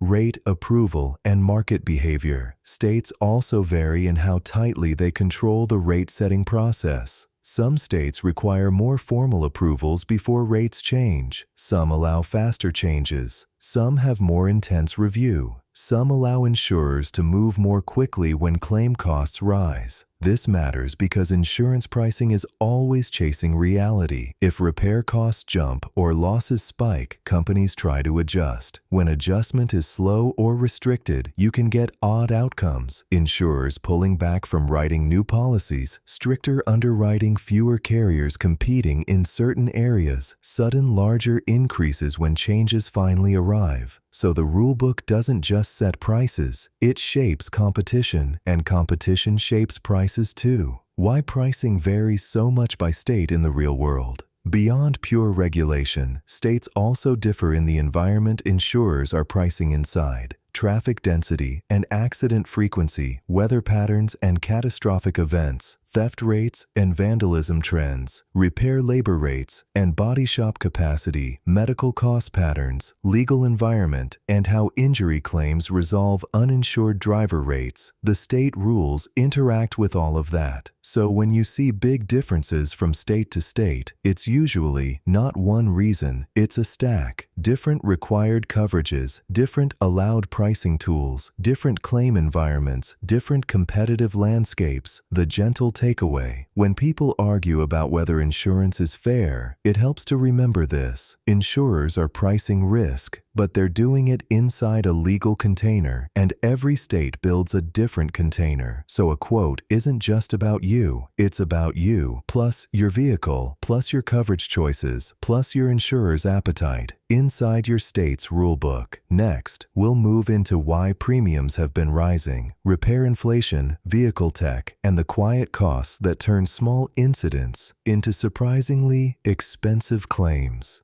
If you felt car insurance getting more expensive, one of the biggest reasons is also one of the least exciting. Fixing cars costs more now. Not because repair shops suddenly became villains, not because everyone got greedy overnight, mostly because modern repairs involve three things that have all moved in the wrong direction at the same time: parts, labor, and time. Parts. Cars are more expensive objects than they look like. A modern car is still metal and plastic, sure, but it's also computers, sensors, specialized materials, and components that are surprisingly pricey even when they're small. A headlight used to be a light. Now it can be a light plus a brain. A bumper used to be a bumper. Now it can be a bumper with sensors, cameras, and a delicate inner structure that doesn't enjoy being bumped. Even if the visible damage looks minor, the parts behind the surface can be expensive, and the replacement parts aren't always sitting on a shelf nearby.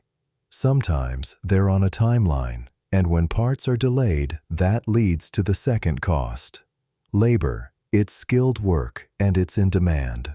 Bodywork is not just banging dents out with a magic hammer. Repairs require diagnostics, precise, fitting paint, matching structural integrity checks, increasingly, electronics work, and careful calibration steps after installation. That's skilled labor. Skilled labor costs money. And if there's a shortage of technicians in a region, or if shops are booked out, the labor rate pressure goes up. Not because anyone is cackling, because the queue is long and the work is specialized. Time, the quiet meter running in the background. Time is the sneaky one. When a repair takes longer, costs grow even if nothing new is being done. Because time adds. Rental car days, storage fees, administrative handling, extra coordination, sometimes repeat inspections or supplements.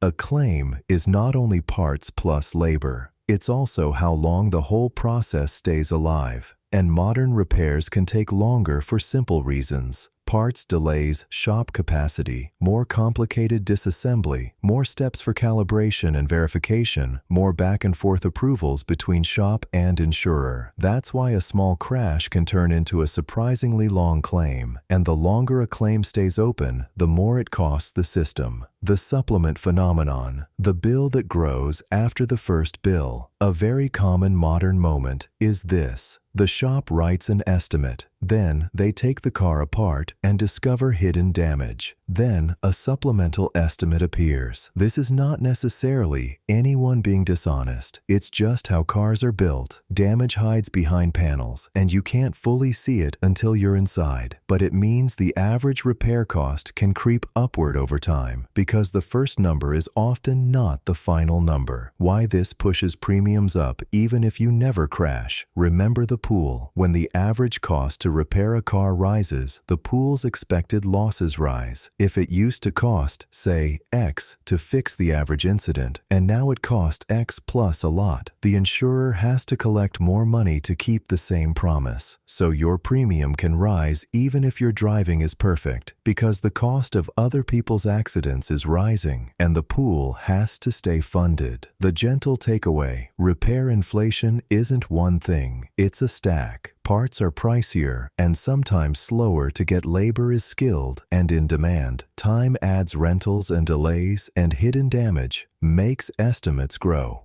So, when you feel the monthly number climbing, part of what you're paying for is simple.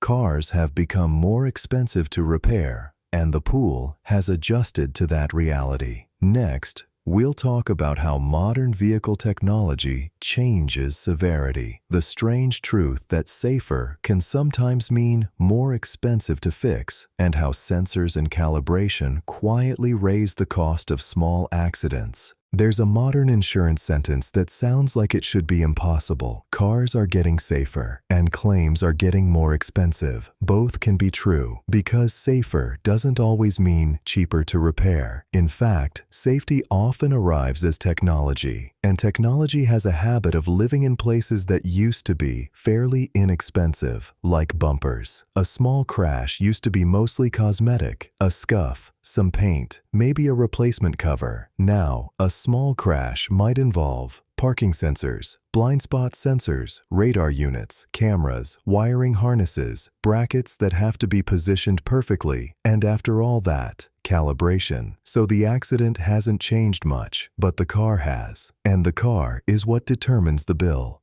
The bumper is no longer just a bumper. Modern driver assistance systems, things like lane monitoring, collision warnings, adaptive cruise control, often rely on sensors mounted behind or near the bumper and windshield, which means the most common crash zones are now the most expensive zones. A little bump can become remove bumper, inspect sensor mounts, replace damaged sensor or bracket, reinstall, calibrate, verify system functionality. And calibration isn't a vibe, it's a procedure. Sometimes it requires special tools, specific targets, precise measurements, controlled conditions, and trained technicians. So even when the damage looks minor, the repair process can become a checklist with a lot of steps and a lot of cost. Windshields grew up and got complicated. Windshields used to be glass. Now windshields can be glass plus cameras for lane keeping, automatic braking, traffic sign recognition, or driver assistance features. So replacing a windshield can mean glass replacement, camera alignment system, recalibration test, drive verification. Again, same crack, bigger process. Total loss can happen faster than people expect. There's also a strange modern math problem. A car can be repairable in a physical sense, but not repairable in an economic sense. If repair costs climb high enough relative to the car's value, insurers may declare it a total loss, and tech-heavy cars can rack up large repair estimates quickly, especially if key systems are impacted. So a crash that feels fixable to a human brain can become not worth fixing to the spreadsheet brain. That's not cruelty, it's just the economics of repair cost versus value. Safety improves outcomes, but not always invoices. To be clear, a lot of this technology is good. It can reduce crashes, reduce injuries, reduce fatalities, and catch mistakes. But it also shifts the cost structure of accidents. We trade fewer and less severe injuries, in many cases, for more expensive repairs when crashes do happen. So the pool sees a change in severity. Not necessarily more crashes, but more expensive per crash. And the pool responds in the one way it can. Premiums adjust upward to match expected costs. The gentle takeaway: this is why people get quote shock after buying a newer car. It's not just the price of the car itself, it's the price of repairing the systems inside the car. Sensors, cameras, radar units, calibration time. These are now normal parts of the claims economy. So, a small crash can be small emotionally, small physically, and still be big financially. Next, we'll talk about the other big cost driver inside claims, the human side, medical and legal costs, and how injury claims and litigation can quietly reshape the price of insurance for everyone in the pool. A lot of people think car insurance is mostly about cars, bumpers, body shops, paint, parts, but once there's an injury, even a minor one, another world opens up inside the claim, a quiet second economy. Because a car can be repaired, a human body is more complicated. And this is one of the biggest reasons premiums can rise even when you feel like you're driving the same careful life you always have. The moment a claim becomes bodily injury, the shape changes. A property damage claim is often a logistics story. Estimate, repair, rental, done. A bodily injury claim becomes a human story. Pain, uncertainty, treatment, time off work, and sometimes long-term effects. Even when everyone behaves reasonably, the costs can grow because medical care is expensive and injuries don't always declare their full meaning on day one. A person can walk away feeling fine, and then soreness turns into a doctor visit, turns into imaging, turns into physical therapy. And now, the claim is no longer just a dent. It's time, treatment, and documentation. Medical billing doesn't speak the language of calm. Medical costs can rise through emergency room visits, urgent care, imaging like X-rays or MRIs, follow-up appointments, physical therapy prescriptions, specialist referrals, and even when the injury is real but not severe, the billing structure can still be heavy. This is where insurance becomes less about a single repair invoice and more about a stream of costs arriving over weeks or months. Legal costs. When disagreement becomes an expense, not every claim becomes a legal fight, but the system has to be priced for the ones that do. Lawyers show up for a few reasons: disputes over fault, disputes over the value of the injury, frustration with delays, differing medical opinions, and sometimes, honestly, because the process is complicated and people want help navigating it. Once attorneys are involved, the cost of the claim can increase even if the underlying accident was simple. There's also the reality that when money is involved, negotiations happen. Insurance becomes a settlement economy in some cases. Offers, counteroffers, documentation, timelines, strategy, and even when everyone is polite, it's still expensive to run. Adjusters, supervisors, legal defense, court costs if it goes that far. Social inflation, bigger outcomes from the same incident. There's a term insurers use that sounds like it belongs in a sociology lecture: social inflation. It's the idea that claim costs rise not only because parts and medical care cost more, but because legal outcomes, settlements, and jury awards can trend higher over time. Again, not every claim, not every place, but enough that it affects the pool. This is one reason two states can feel like different planets for insurance. The same crash can produce different legal and medical cost trajectories depending on local patterns. The gentle takeaway: car insurance is partly healthcare and law. This is the part people don't always want to hear, but it explains a lot. Auto insurance isn't just a car product. It's also a medical cost product, and sometimes a legal cost product. So when medical bills rise, when treatment patterns expand, when legal involvement becomes more common or more expensive, the pool gets pricier because the insurer is paying for more than metal. It's paying for people. And that's why the second economy matters. A small crash can turn into a large claim, not because the bumper is special, but because the human side of the incident unfolds in complex, costly ways.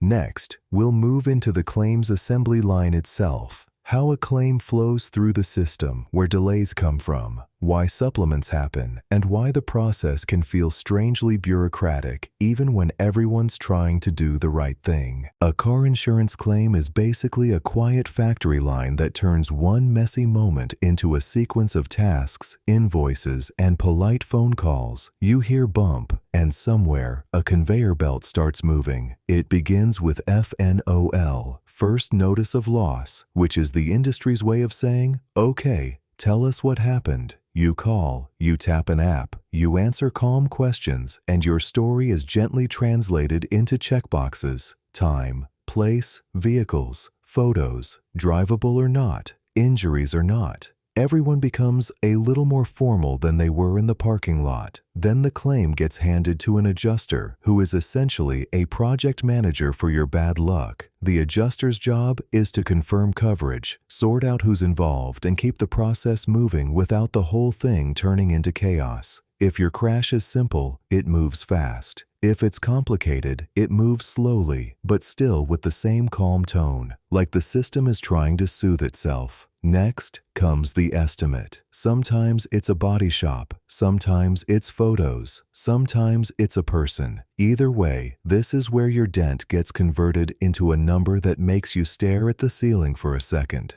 Modern estimating isn't only paint and metal, it's parts, labor hours, procedures, and the quiet reality that half the damage is hiding behind panels. Then the car goes to repair, and this is where the modern insurance story often introduces its favorite character, the supplement. A supplement is the additional estimate that appears after the shop takes things apart and discovers more damage. It's not automatically shady, it's often real. You can't see everything until you're inside, but it does mean the first number is frequently not the final number. The claim grows in little steps, like it's quietly evolving. Now, while all of this is happening, the quiet meter is running, not as punishment, just as physics. If your car can't be driven, there's often a tow bill, then maybe storage fees if the car sits somewhere that charges per day, then rental car costs, which can become their own mini-drama if repairs take longer than expected. Rentals are one of the sneakiest cost multipliers in the whole system because time is expensive. Every extra day is another line item, even if nobody is doing anything wrong. This is why a claim can get expensive simply by taking longer. Parts delays, shop backlogs, extra approvals, extra inspections, or a repair that turns out to be more complicated than it looked in the parking lot. Eventually, we arrive at payout. Money going to the shop, to you, to the other party, or to multiple places at once depending on how it's structured. And this is where people often discover that insurance isn't one payment. It's a series of payments with a paper trail, because every step needs a receipt, a reason, and a category. And then, quietly, there's one more process running behind the curtain: subrogation. Subrogation is what happens when one insurer pays a bill and then politely tries to get reimbursed from the other side if the other side was responsible. It's the calm corporate version of, "Hello, we covered this. We believe you should cover this. Let's discuss." It can involve evidence, statements, police reports, repair invoices, and timelines. It's not usually dramatic, but it can be stubborn, and it's one of the ways the system tries to keep costs from sticking to the wrong pool. So if the claims process ever feels bureaucratic, it's because it has to do three things at once: pay real bills, prevent the pool from leaking money through mistakes, and fraud, decide as fairly as possible where the cost should ultimately land. And all of that has to happen while you just want your car back and your week to feel normal again. That's the claims assembly line, a calm machine built to turn chaos into paperwork and then into payments. Next, we'll move into reinsurance, insurance for insurers, and why even the biggest companies quietly buy protection for the years when the conveyor belt starts moving a little too fast. Here's a gentle truth that surprises people. Even insurance companies don't like surprises. They sell protection, yes, but they also buy protection. And the name for that is reinsurance. Reinsurance is simply insurance for insurers. It's the backstop behind the backstop. Why insurers buy protection for bad years. An insurer can have a normal year where claims arrive in a steady, manageable flow, and then it can have a year where everything stacks up at once. Severe weather, higher theft, bigger injury payouts, rising repair costs, or just a streak of unusually expensive claims. The problem isn't that insurers can't handle claims. It's that they can't handle too many expensive claims at the same time without stress. So, reinsurance helps smooth the shock. It's a way for an insurer to say, if our losses spike beyond a certain point, we won't carry the whole burden alone. Reinsurance can be designed to kick in for catastrophes, big clusters of losses, very large individual claims, or overall annual loss levels that exceed expectations. It's basically the financial equivalent of keeping a spare tire, except the spare tire costs money every year, even if you never need it. Which is, of course, the most insurance-like thing imaginable, how upstream pricing flows downstream to you. Now here's where this touches your life. Reinsurance isn't free. Reinsurers charge premiums, and those prices move with the perceived risk in the world. If reinsurers think the environment is getting more expensive, more severe storms, higher repair inflation, larger legal settlements, more volatility, they charge insurers more for protection. And insurers, being insurers, respond in the only way the pool can respond. They collect more money, so reinsurance costs can flow downstream into higher premiums, tighter underwriting, more selectiveness about who gets insured, changes in coverage options or deductibles, fewer discounts. This is one reason your premium can rise even if you've done nothing wrong. The cost of protecting the insurance system itself can increase, and the pool adjusts. It's like the supply chain of trust. If it costs more to secure the promise costs more. Capital, solvency, ratings, trust as an economic product. This brings us to the quiet heart of the business. Insurance is not a product you hold, it's a promise you rely on. So what are you really buying? You're buying trust with paperwork, and trust has a balance sheet. Insurers have to prove they can pay claims not just on average days, but on bad days. That's why they care so much about capital, the cushion, solvency, the ability to meet obligations, and ratings, a shorthand signal to the market about financial strength. Ratings matter because trust is fragile. If people start believing an insurer might struggle to pay, the whole relationship changes. Agents hesitate, customers leave, regulators step in, and the company can face a spiral of shrinking premium income and rising concern. So, insurers manage trust the way banks manage confidence, through capital, risk controls, reinsurance, and conservative planning. It can feel annoying from the outside. Why are they raising rates, tightening rules, being picky? But from inside the machine, it's all about preventing the one unacceptable outcome. A company full of promises, with not enough money behind them. The gentle takeaway: reinsurance is the quiet reason the insurance world stays standing when reality gets expensive. It helps insurers survive bad years, and it influences your price because upstream protection has a cost. And underneath all of it is a simple economic fact. In insurance, the real product is reliable payment in the future. And reliable futures require capital, backstops, and the constant maintenance of trust. Next, we'll step into the quote machine, agents, ads, comparison sites, and how insurance becomes a marketplace where attention, data, and discounts compete to win you and keep you.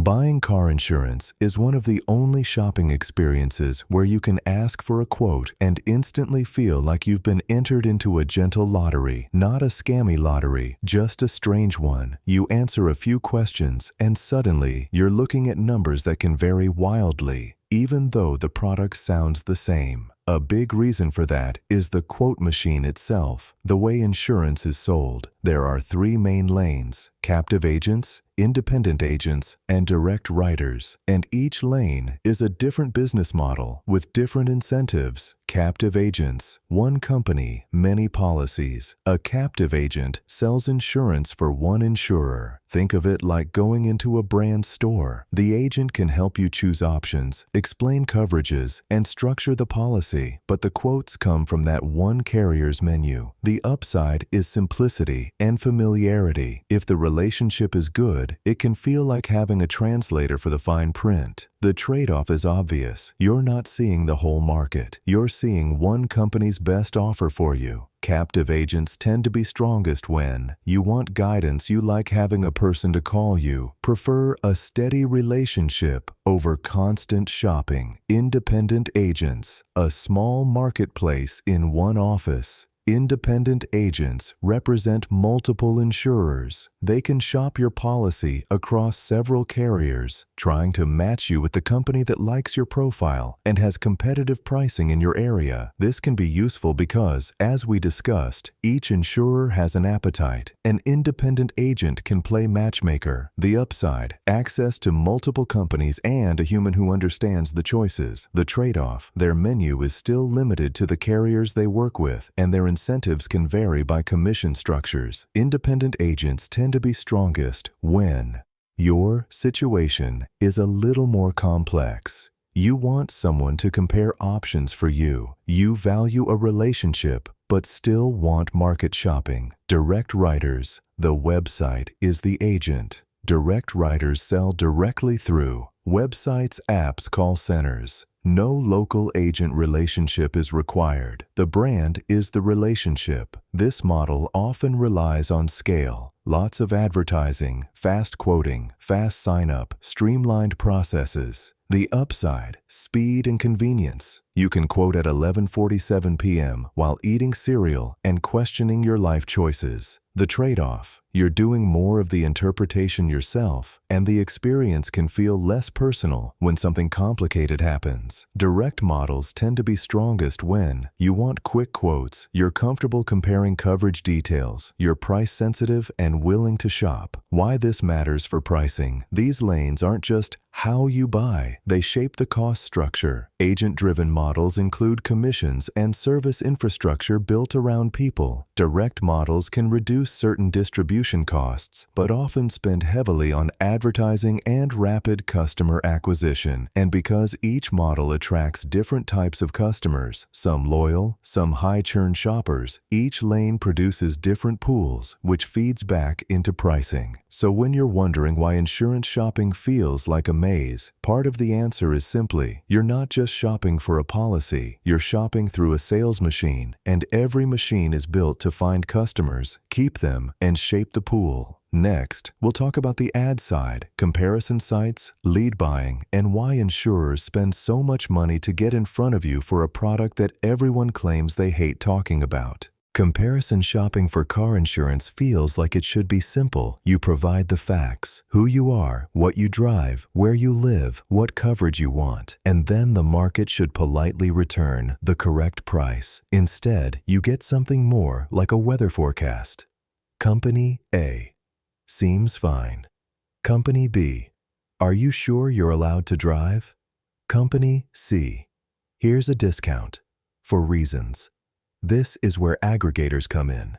Aggregators, comparison sites, quote marketplaces, lead forms, are built to gather your info and send it out to multiple insurers or partners. In theory, they save you time. In practice, they also reveal a quiet truth. The same information can produce different results because the systems processing it aren't identical. Here's why. 1. The data isn't always as same as it feels. Even if you type the same answers, the questions can be interpreted differently. One site might estimate mileage differently. Another might default certain coverage limits. Another might treat your vehicle trim slightly differently. Another might pre-fill assumptions if you skip a detail. Small differences in inputs can create large differences in outputs because insurance pricing is sensitive. It's like changing one ingredient in a recipe and being shocked the cake tastes different, except the cake is a contract. 2. Not every insurer is actually quoting the same product. Full coverage isn't a standardized package. Two quotes can look similar, but differ in liability limits, deductibles, rental coverage, roadside assistance, uninsured motorist coverage, medical-related coverages, where applicable. If the aggregator is comparing slightly different coverages, you might be comparing apples, oranges, and one very confident grapefruit. So the same info yields different results because the policies aren't always identical under the hood.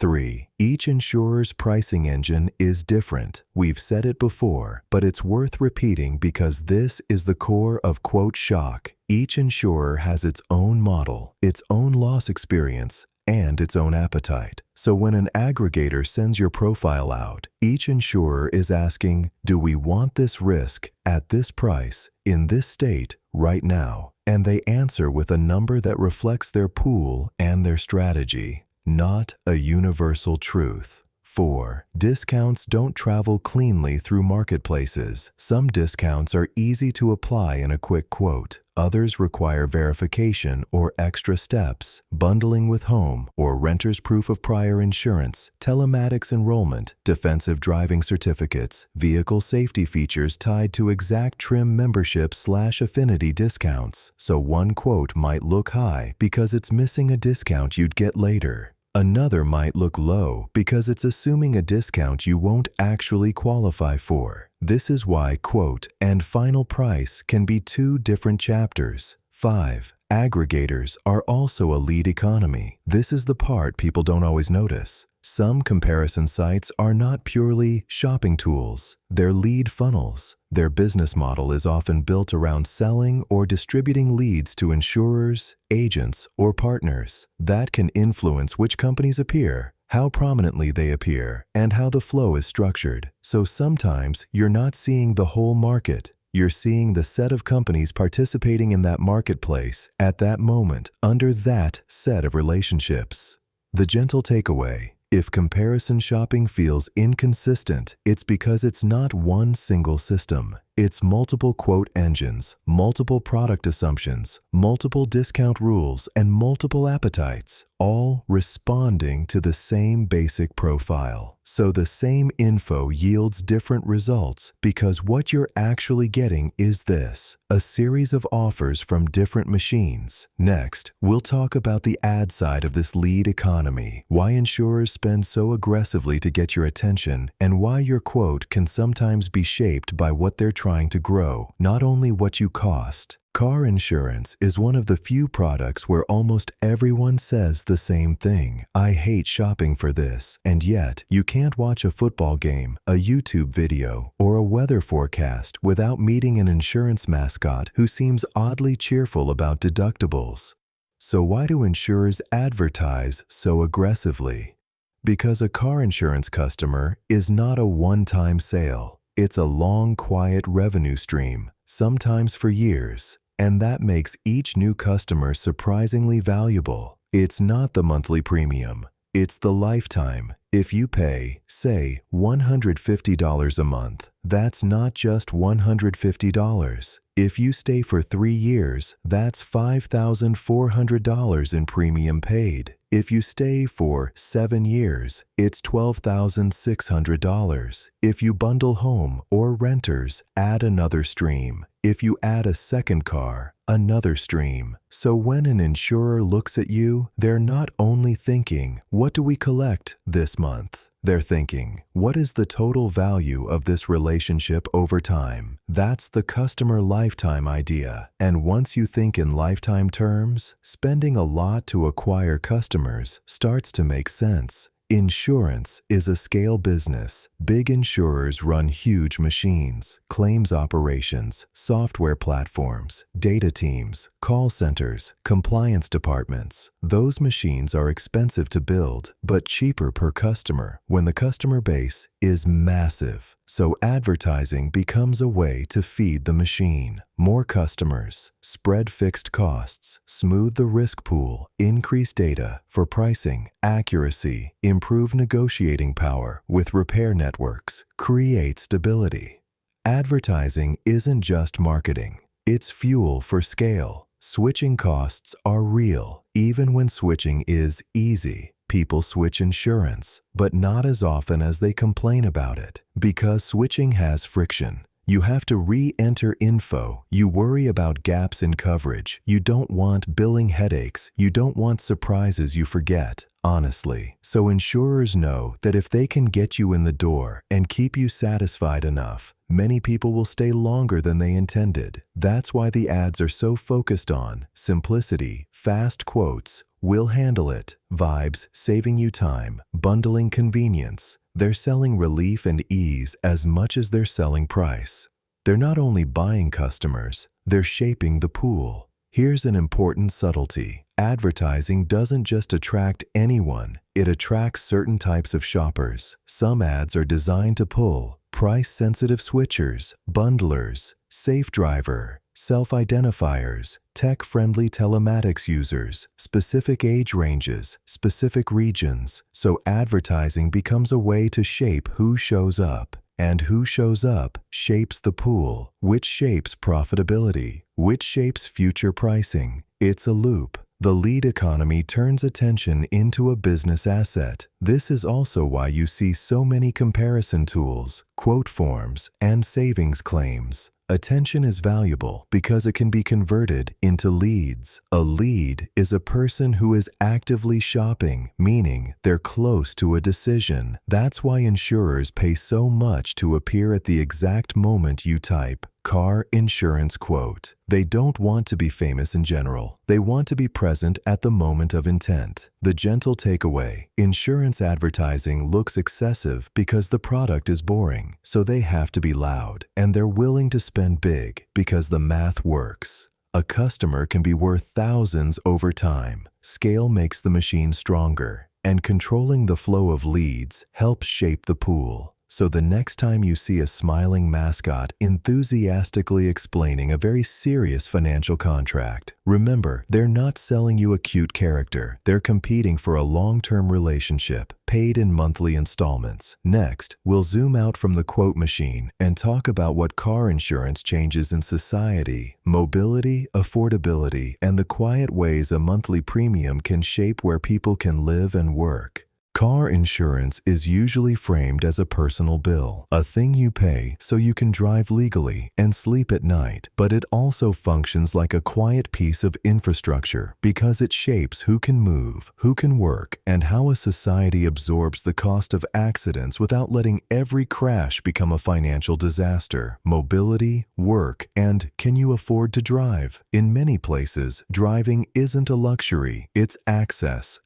to jobs, grocery stores, doctors, family, school, basic life logistics. So when insurance gets expensive, it's not just annoying, it can become a gate. If the monthly premium is too high, the question stops being, what car do I want? And becomes, can I afford to be mobile at all? And mobility is strongly tied to work. If you can't reliably get to a job, it's harder to keep a job. If your job depends on a vehicle, commuting, deliveries, traveling between sites, insurance isn't optional, it's part of employment. So, this boring product quietly influences opportunity, not in a dramatic headline way, in a day-to-day way. Lapses and spirals, fees, reinstatement, and compounding costs. This is one of the harshest parts of the system, and it happens without anyone raising their voice. When someone can't pay and coverage lapses, the next policy often becomes more expensive. Why? Because continuous coverage is treated as a stability signal.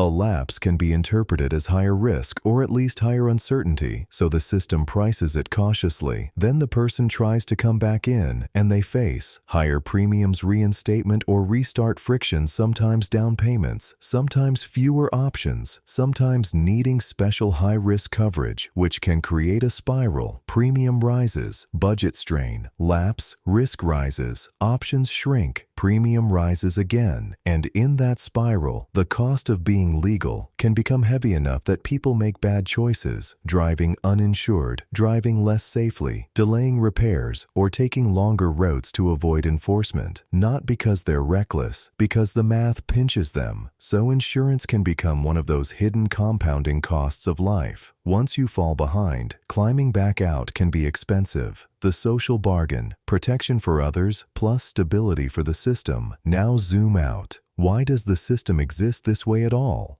Because the alternative is worse. Without widespread insurance, accidents turn into random financial wreckage. A person gets hit and can't recover costs. Hospitals eat bills. Courts fill up. Families absorb losses. People stop trusting the road system as something that can be survived financially. Mandatory liability coverage is society making a bargain. You get to use the roads, but you also agree to bring financial protection for the harm you might cause. It's not meant to be romantic. It's meant to keep daily life functional. Car insurance is a way of preventing one of the most common modern events, traffic accidents, from turning into constant personal bankruptcies and endless conflict. So when you pay your premium, you're buying something for yourself, protection from a giant surprise. But you're also participating in something collective, a system that spreads accident costs across a pool so that people can keep driving, keep working, and keep living without every crash turning into a life-ending bill. The gentle takeaway: car insurance changes society by shaping mobility, shaping affordability, and shaping how a community handles inevitable accidents. It can open doors when it's manageable. It can quietly close doors when it isn't. And underneath the frustration is a big, boring purpose: turning chaos into stability at scale. Next, we'll close with gentle takeaways: how to think about your policy without obsessing, what choices matter most, and a calm good night as the paperwork fades back into the background where it prefers to live. All right, we're going to let this one settle softly. Car insurance is one of those topics that lives in the background of modern life. It's not glamorous, it's not exciting, it's not something you bring up at a party unless you're at a very specific party with very specific snacks.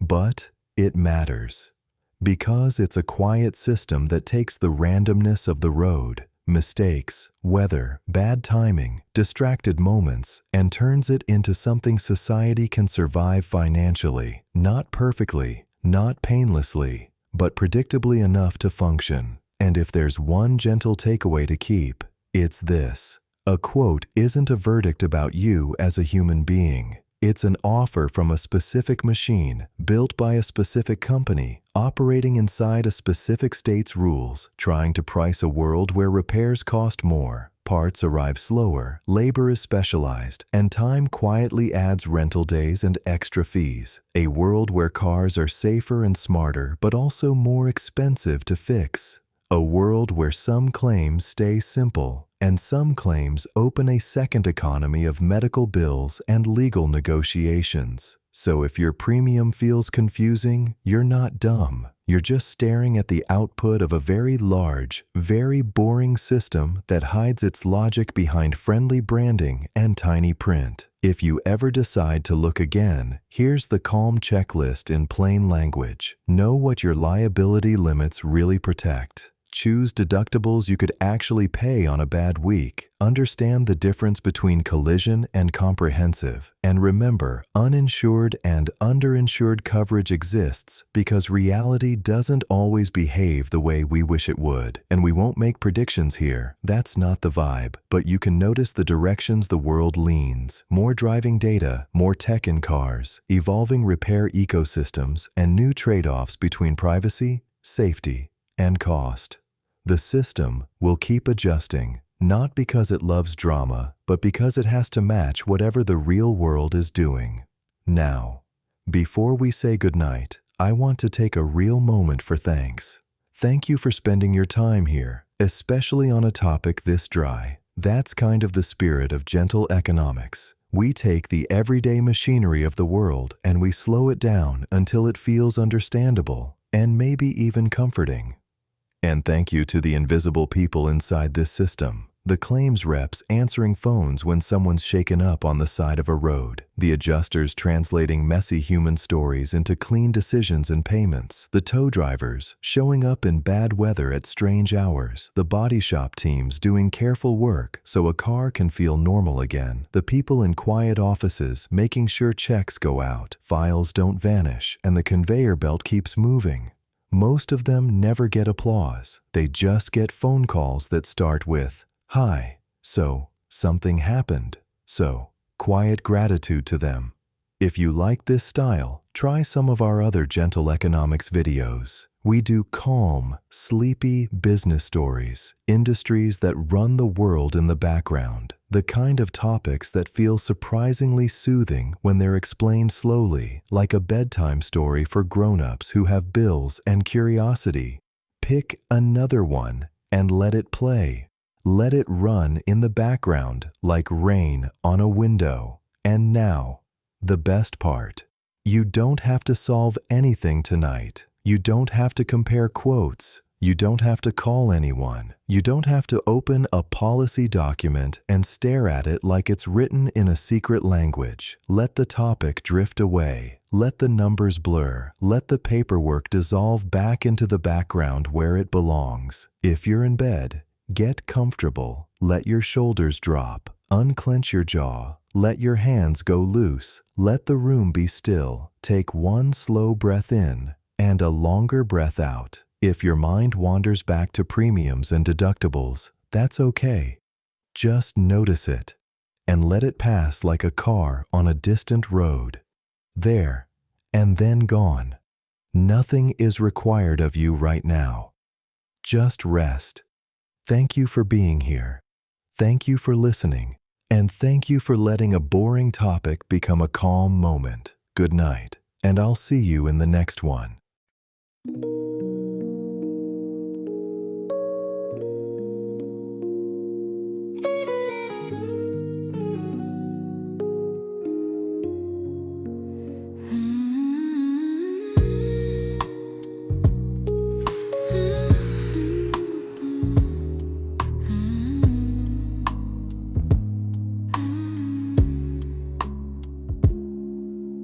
Yes, on the wet road, glowing soft and low, a quiet little bumper kiss from an hour ago.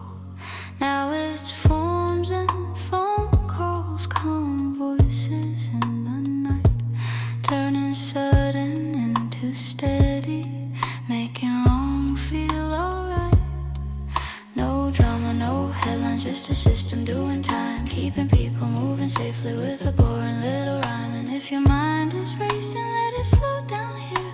A sleepy business lullaby, the world's still humming near. Like, share, subscribe, if this helped you unwind. Like, share, subscribe, let the calm stay on your mind. More gentle economics when the day feels too loud. Like, share, subscribe, and we'll drift into the clouds. Like, share, subscribe, then the night can be kind. Good night, like, share, subscribe. Bumpers got their secrets now, sensors tucked inside.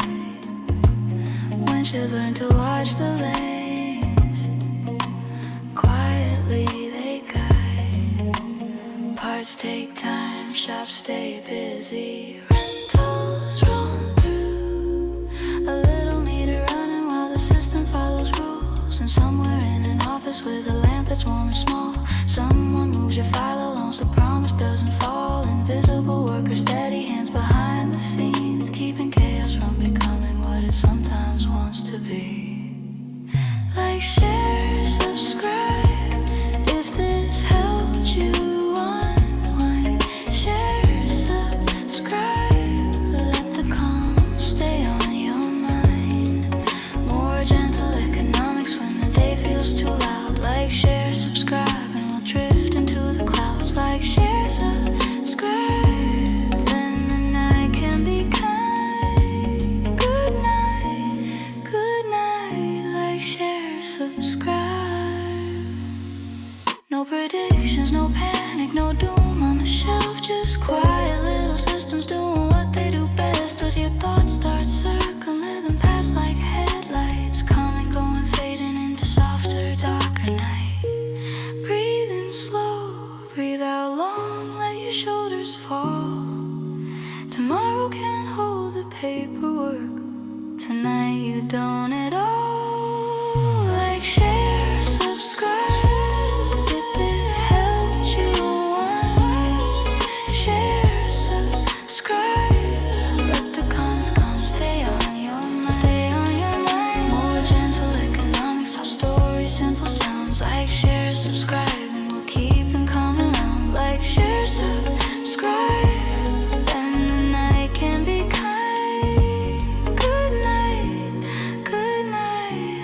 share, subscribe. Street lights dim, engines hush, let the whole world slide. Good night to car insurance, boring by design.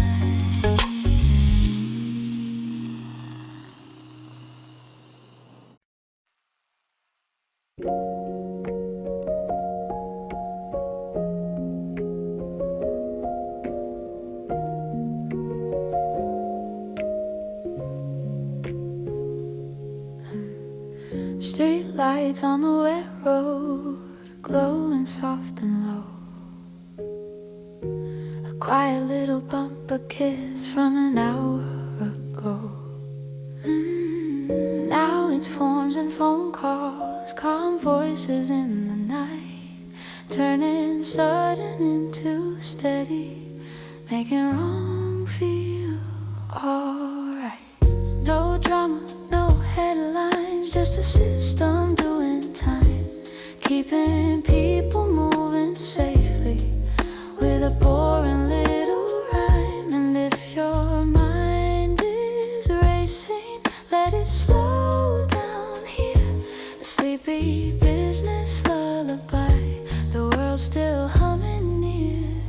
Like, share, subscribe, if this helped you unwind. Like, share, subscribe, let the calm stay on your mind. More gentle economics when the day feels too loud. Like, share, subscribe, and we'll drift into the clouds. Like, share, subscribe, then the night can be kind. Good night, good night, good night, good night. Like, share, subscribe.